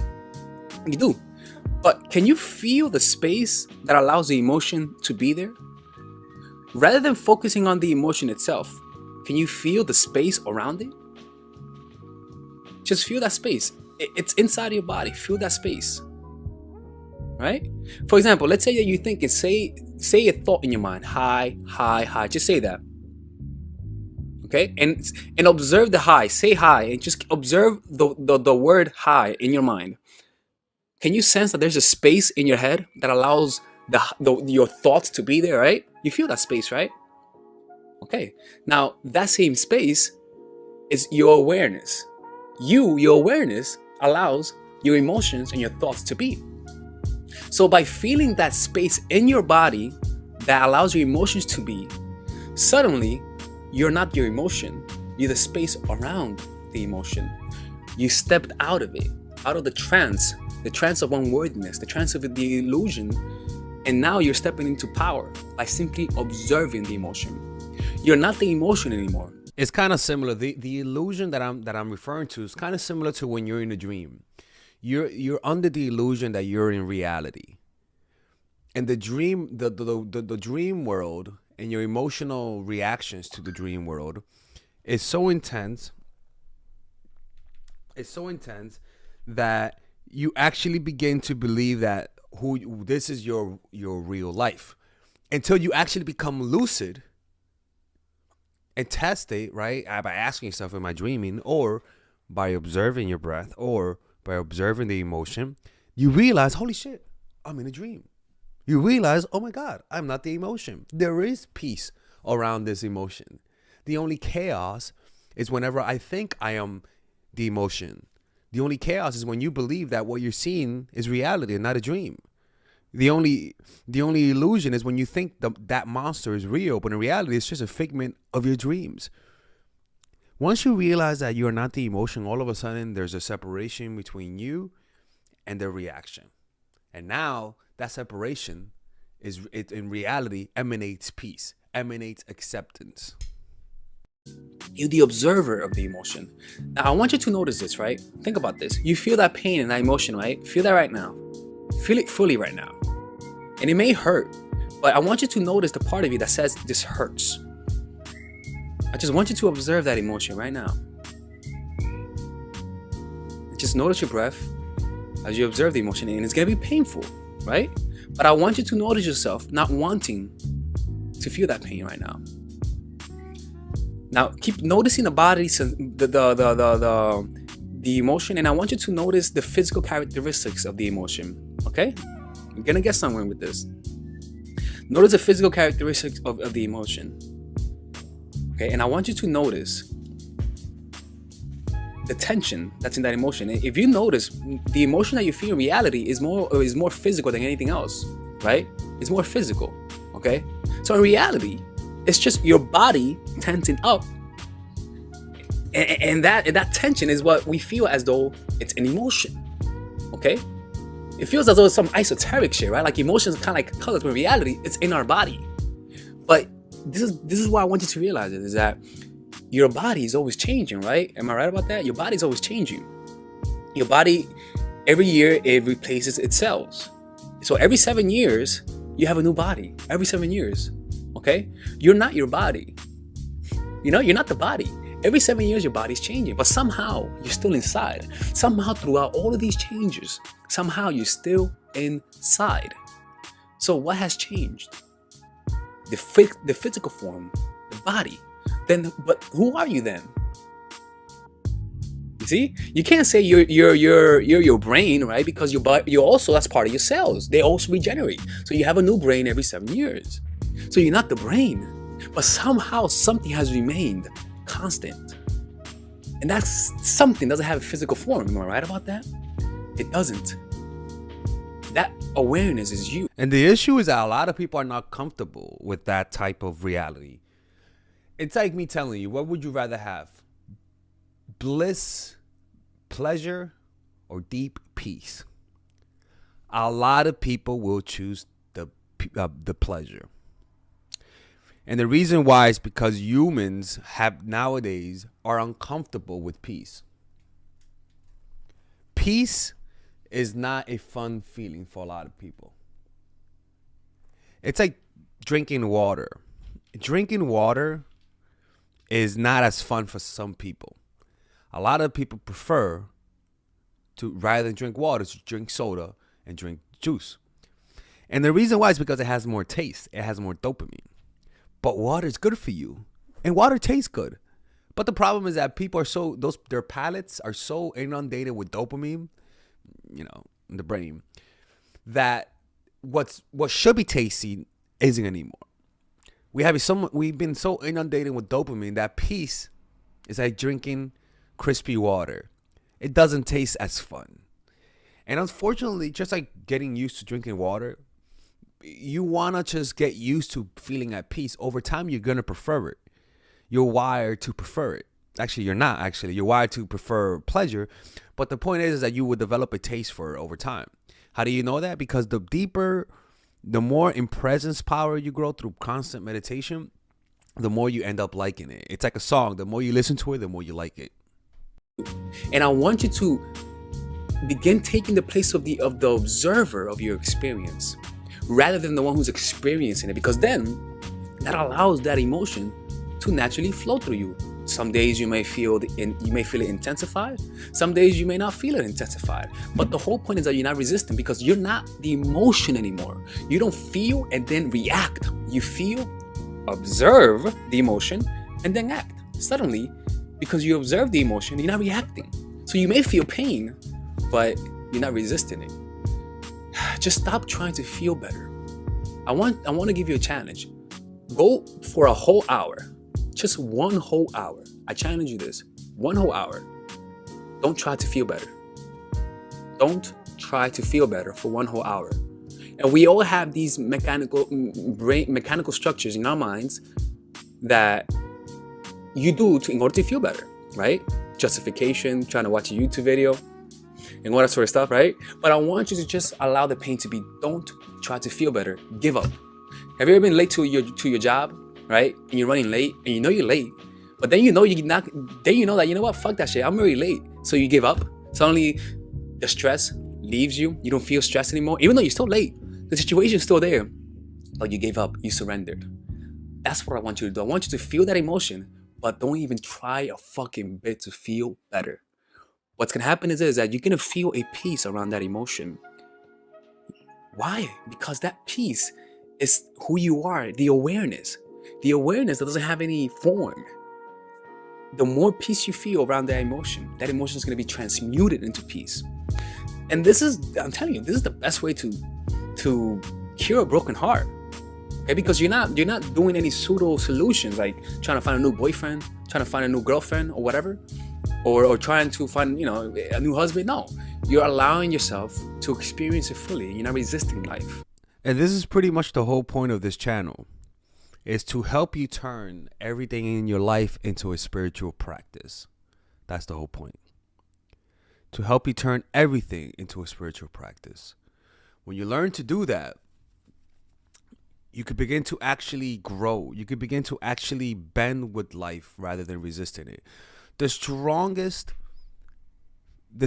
trees are not the ones who are the strongest in terms of like having the thickest root. The strongest trees are the ones that could bend the best.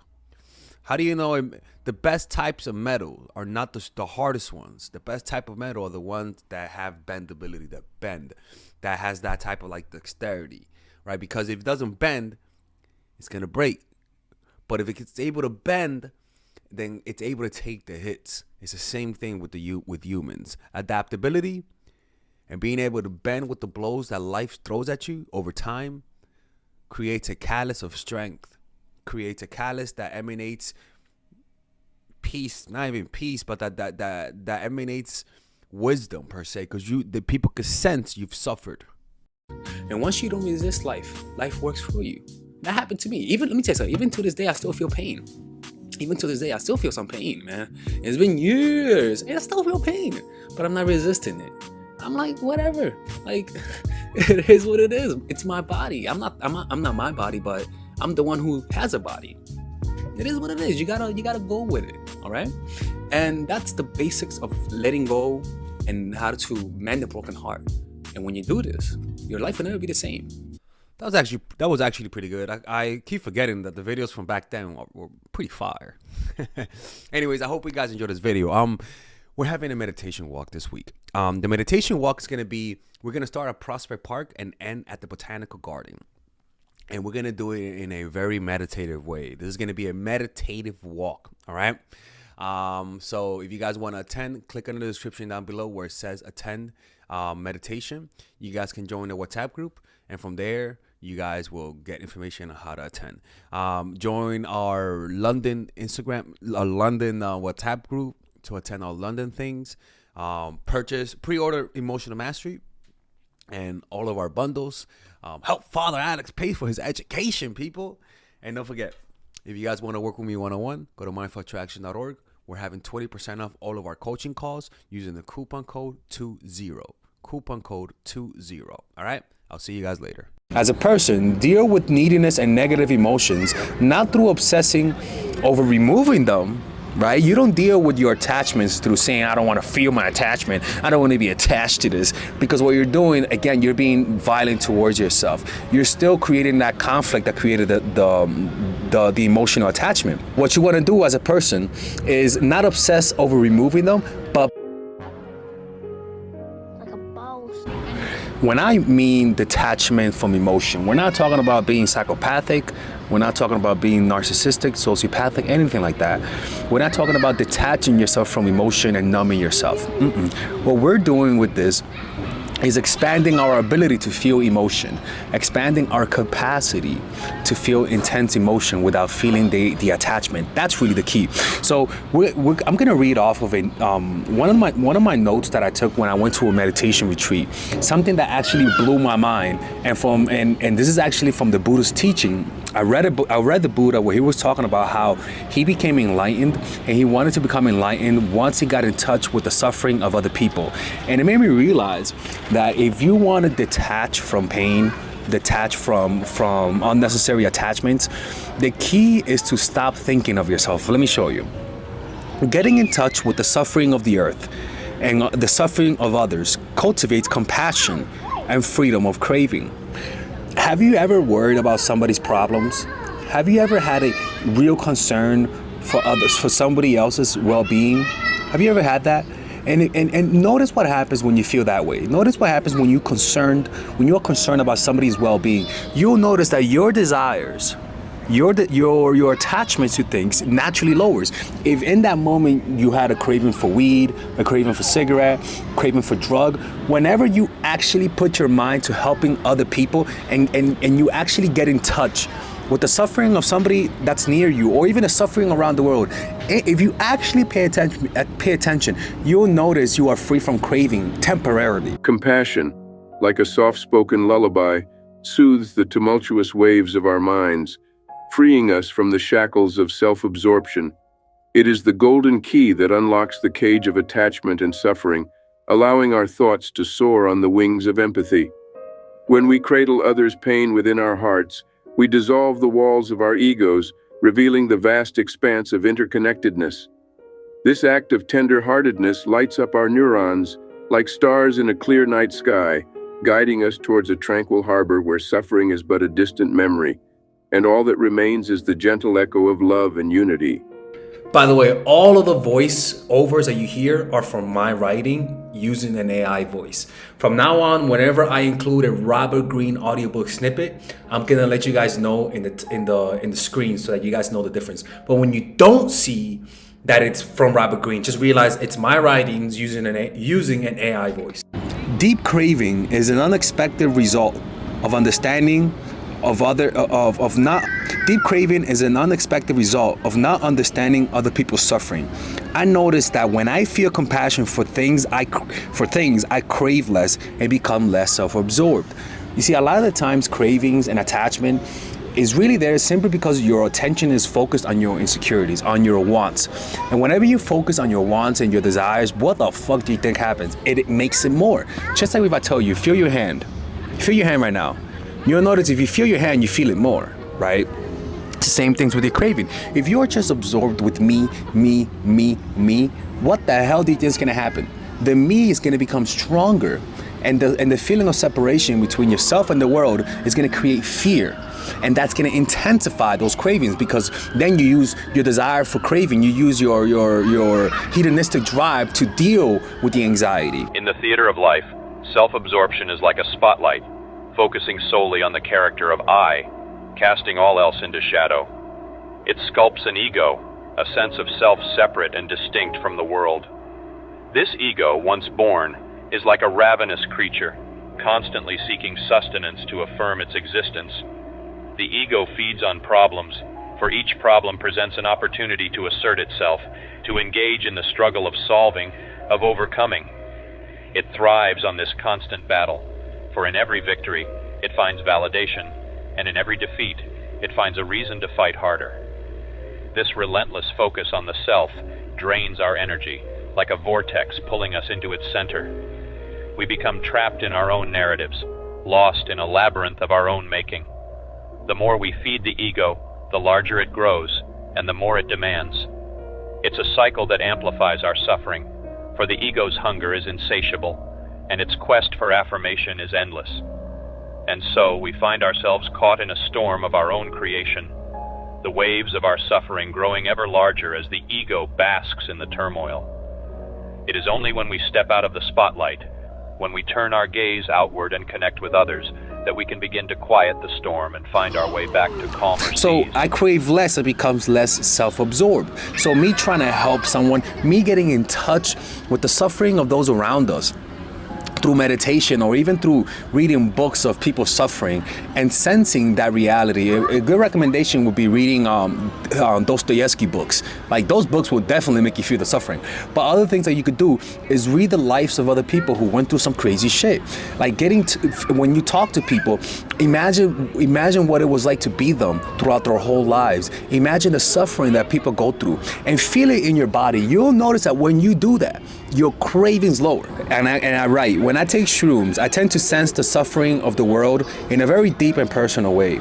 And momentarily, the pendulum craving stalls and is replaced by deep love and compassion.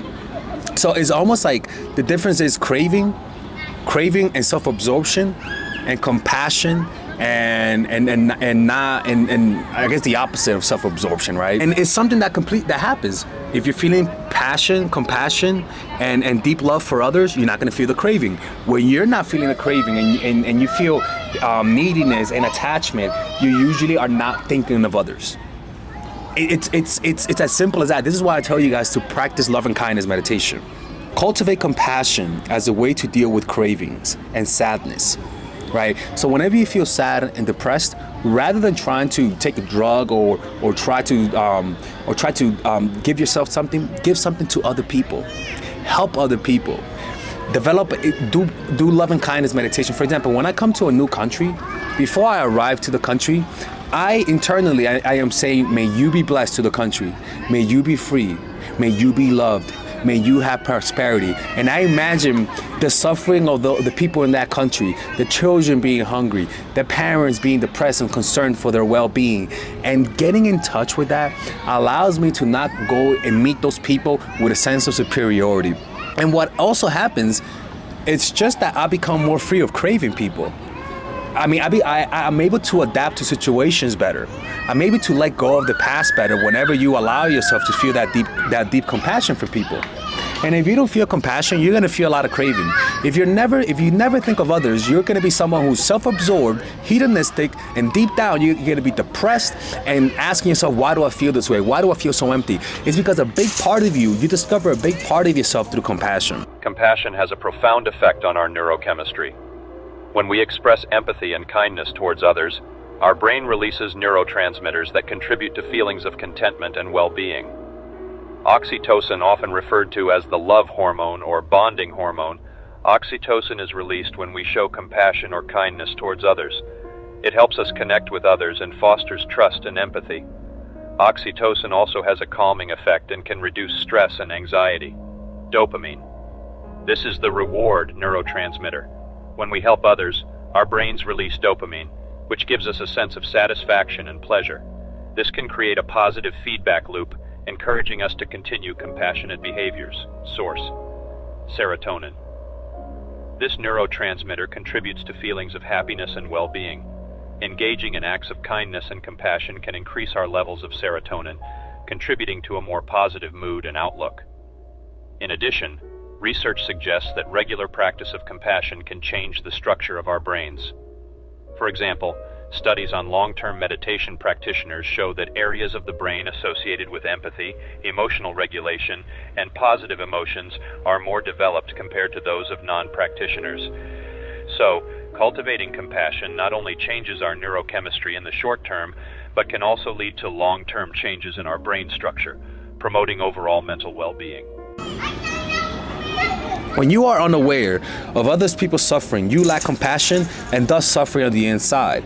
Because compassion and empathy is what heals you from within. And you know you are, and by you being compassionate towards others, you're also being compassionate towards yourself. When you are unaware of other people's suffering, you lack compassion. And that's why a lot of people become narcissistic. That's why a lot of the most depressed people are narcissistic, psychopathic people. People who are completely spiritually numb. You seek this feeling, you seek the feeling of connection with others and compassion through addictions and aversions. And those aversions come through your desire to connect with something. So you are attached to an emotional outcome. You are attached to someone who's hurting you, to a situation, to people. All because you are not attached through yourself, through compassion of other people. That's why rich kids who never see poverty and suffering tend to be so unhappy. But if they see the suffering of other people, the capacity for love arises. In other words, you feeling love and compassion for other people's suffering allows you to feel compassion for yourself as well. I'm sorry, you cannot love yourself if you don't feel compassion for other people's suffering. It's cute. You just can't. If you lack self-love, that just means you are completely apathetic to other people's destiny. You don't give a fuck about other people. You only care about yourself. And studies show that people who help others, who give to charity, who help others in need are happier. Love others, bring love to the world, and so you end your own suffering and attachment. Live for other people. Live to make other people happy, not being a doormat, but live to give positive energy, to do non-violence to yourself and others, to be honest, to do good deeds, to seek out to help people who are in need. And you'll notice, like, I know this for sure, I don't even need to say I swear to God, you'll notice you feel better by as a result. Loving others, bring love to the world and yourself, and you end your own suffering and attachments. As a person, deal with neediness and negative emotions, not through obsessing over removing them, right? You don't deal with your attachments through saying, I don't want to feel my attachment. I don't want to be attached to this. Because what you're doing, again, you're being violent towards yourself. You're still creating that conflict that created the emotional attachment. What you want to do as a person is not obsess over removing them, but by extending compassion onto others, to animals, to plants, to your family and friends. If you feel sad, depressed, don't eat this, don't eat that. Look at a flower and meditate on that flower. Notice how this flower came to being. Look at an older person, somebody who is, at an age where they're really old, I don't know, and imagine how they were when they were younger. Imagine, go through in your mind, imagine the suffering they went through. Imagine the disappointments they went through. Imagine the happiness that they went through. Get in touch with their suffering and feel it from within you. That feeling of connecting with other humans will naturally heal you from within and let go of attachments. As social animals, humans have evolved to thrive in communities. Our ancestors understood the power of unity and bonding, finding solace and strength in each other's company. They relied on each other for survival, hunting, gathering, defending against predators, and raising offspring. This collective living not only eased physical burdens, but also provided emotional support and a sense of belonging. Being part of a community enabled early humans to share their fears and pain and find comfort in knowing they were not alone. This bonding has a profound effect on our neurochemistry. It triggers the release of hormones like oxytocin, known as the love hormone, which promotes feelings of trust, empathy, and bonding. It reduces stress levels and creates a sense of peace and safety. However, In today's world, this healing aspect of human connection is often lost. Modern lifestyles can be isolating, with people spending more time in front of screens than in face-to-face interactions. Our busy schedules, coupled with the rise of digital communication, have created an environment where genuine, meaningful connections are less common.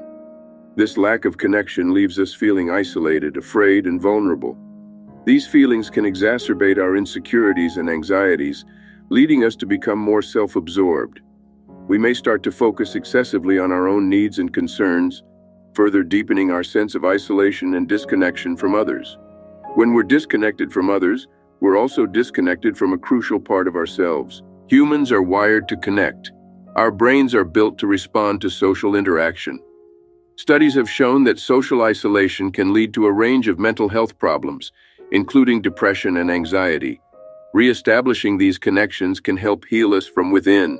When we share experiences, support each other, and feel seen and understood, we tap into our innate capacity for empathy and compassion. This not only helps alleviate our own pain and fears, but also fosters a sense of belonging and unity, echoing the communal bonds of our ancestors. In essence, human connection is not just a social convenience, but a biological necessity. It is a source of comfort, strength, and healing, a balm for the wounds of isolation and fear. By reconnecting with others, we can begin to heal from within, rediscovering the power of unity and the joy of shared humanity. Of an animal. Imagine what that animal went through, the fear. For example, when I think of my dogs, one of the things that happens that I feel a lot of compassion is imagining my dog Missy in the wild, and her running away from a predator, and her being scared, and her like, oh, you know my dog Missy, right? Imagine her, she's afraid, and her eyes are like, oh. That thing makes me, oh my God, Missy, don't get hurt. Like, it makes me feel so sad. But also, it allows me to get out of my head and feel love and compassion and the desire to help something that's not me. That liberates me from myself. It liberates you. You feel this weird, powerful, all-encompassing universal energy that only comes through your connection with the suffering of others and your desires to heal them. So look at objects. You look at that tree and you feel compassion for that tree, right? Or you look at that dog, and so for that few seconds, you say to yourself, Lord, may you be blessed, little doggy. May you be free, doggy, right? And then you look at that tree over there that you see right here, and for just 5 seconds, wish that tree love, wish that tree happiness, and wish that tree prosperity. And as you're walking, you might see even that tree over here. And just for the next 5 seconds, wish it love, wish it compassion, wish it happiness. You might see that car, and you might even tell that car, may you be happy, car. May you be at peace. See that plant over here? Say the same thing, right? And whenever you're feeling sad and depressed and attached to unnecessary attachments, you say that to yourself. You say, may you be free. You just take a walk of compassion, or even do a meditation of compassion, and get out of yourself and stop thinking of me and start thinking of others, and start thinking and wishing the well-beings of others above yourself. What you will notice, you will be happy, you will be free, and you will be at peace, man. This is how you do it. It's not through drugs, it's not through this or that, it's through simple meditation. Simply desiring that people around you are blessed. And what would happen is that, you know, it's funny, right? Because then you'll start acting more confident. This actually releases your confidence. Your confidence does not come from a place of superiority. Your confidence comes from a place of appreciation of other people's life, from sensing the impermanence of things, and from embracing every experience because it could be your last. That breeds confidence. That breeds compassion. That breeds happiness. Something that I do is when I walk around the park, and I'll give things 10 seconds of compassion. I'll look at a plant. and just for just 10 seconds, I'll feel deep compassion for that plant. I'll imagine maybe that plant is the reincarnation of my mom or my grandpa, and then I'll look at a random car, feel compassion for that car.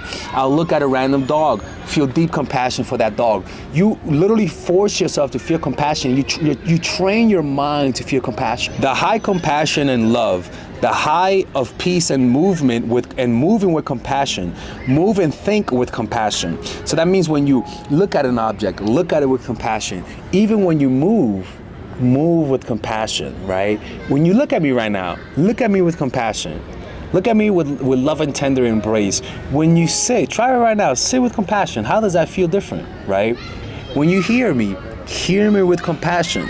Make an effort, see how that sounds. See if it changes your experience. Look at me again with compassion. Just imagine you looking at a sibling, at a son, at a child that you love. Notice how it changes, and notice how it changes your focus from yourself to somebody else. And notice how changing your focus to somebody else, there's almost like it feels, your reality feels like it expands more. It's like the expansion of the sea. You sense that you are in a sea of compassion. When we are self-absorbed, our world shrinks to the size of our own desires and fears. Like a river confined within narrow banks, our thoughts and emotions become stagnant, circling endlessly around the eye. This insular focus breeds aversions as we shut out anything that does not serve our own interests. We become like a tree in a pot, roots twisted and gnarled, unable to reach out and draw nourishment from the vast soil of shared experience. Compassion, on the other hand, is like a door flung wide open. It invites us to step outside the confines of our own ego and take in the panoramic view of shared humanity. As we extend our empathy towards others, our emotional landscape broadens. We begin to experience a symphony of feelings that were previously inaccessible within the limits of self-absorption. Feeling compassion is expansive. It allows us to share in others' joys and sorrows, giving us a sense of connectedness and unity. It softens our hearts and opens our minds, enabling us to understand and appreciate the diverse tapestry of human experience.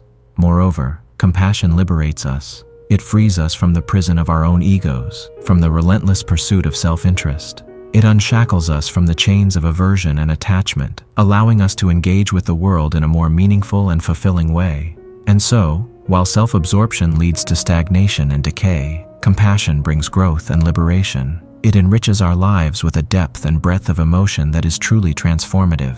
It is a journey from the confinement of the ego to the freedom of empathy, from the narrow lanes of self-interest to the boundless vistas of shared humanity. But when you are thinking of only yourself, you sense that you're in a labyrinth of self-absorption. Even when you talk, hear, smell, taste with compassion. So I say love you. So I say love you to others in your mind. So when you're walking around, look at an object and say I love you. When you're looking at a dog, look at that dog and say I love you in your mind. But really mean it. Notice how that changes your experience.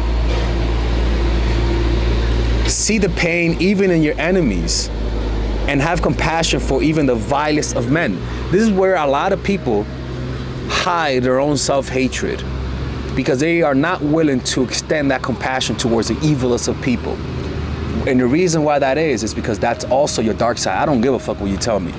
If you have so much hatred towards a political figure or towards somebody in history to the point where you can't feel compassion, what that says is that is actually you. That is a part of who you are, hiding in your psyche and masquerading as this evil person. Free yourself from that and actually have love for the most vilest of people. And you'll notice, I swear you will notice, you feel lighter on the inside. Our shadow side, as conceptualized by Swiss psychiatrist Carl Jung, is the unconscious part of our personality that our conscious ego doesn't identify with. This can include traits we consider negative or evil. When we encounter individuals who embody these traits, it often triggers a strong reaction of aversion or hatred.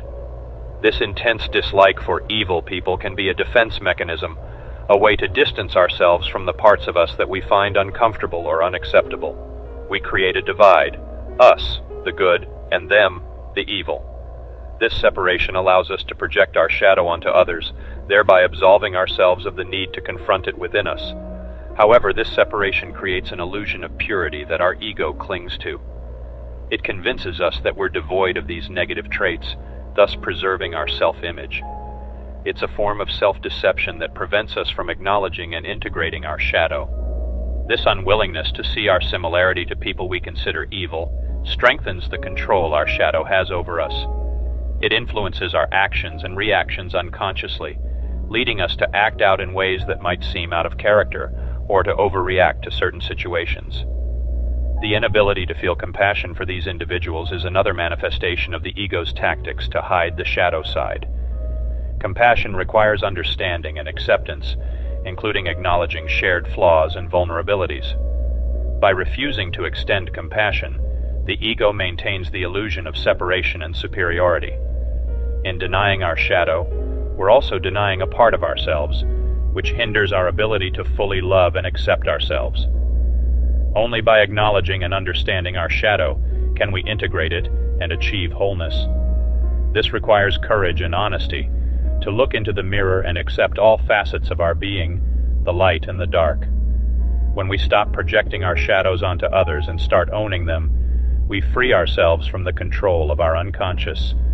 We become more self-aware, compassionate, and capable of authentic self-love. This isn't about condoning evil behavior, but about recognizing our shared human capacity for both good and evil and growing from that understanding.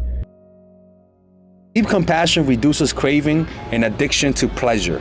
When you are deeply addicted, you lose that compassion for others. Like anyone who has addictions, anyone who has deep addictions to things and people, what you'll notice is that they're selfish. What you'll notice is that they ruin their family's life.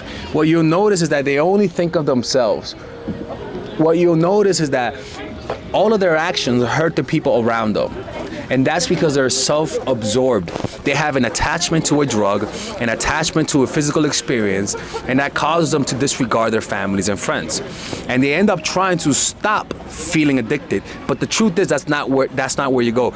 Connect and love your family. Connect and actually feel what you're doing to them. Feel, but not with guilt, but feel how they're feeling towards you. See the world through their eyes. What you will notice is that it liberates you from yourself. It just does. It frees you from your own attachments, from your own mind-made prison. And by you doing that, you heal yourself. You get in touch with the universal force through feeling compassion for everyone, for every single person, for every object, and it liberates you from within you. When I realized this, people, this is why I began doing loving compassion meditation. Loving kindness meditation. Simply because it liberates me. Simply because I remember when I was a Christian, people, when you pray for people, you actually practice this. You say, God, bless Tyrone, God. I ask you to bless him and give him all the clients and help his family and his new child, baby Tyrone Eno, and give him all the love and muscles he deserves, Lord, right? Like I will pray for people. I will pray for people who I didn't love. And people who knew me during that time will tell you, I genuinely had love for everyone. I had a deep love for every person that I met. Everyone will tell you that. I really had love for people. When I looked at a person, I felt an automatic deep love, to the point where I'll take my shirt off and give it to you. That's why I became a people pleaser, because I went too far maybe, right?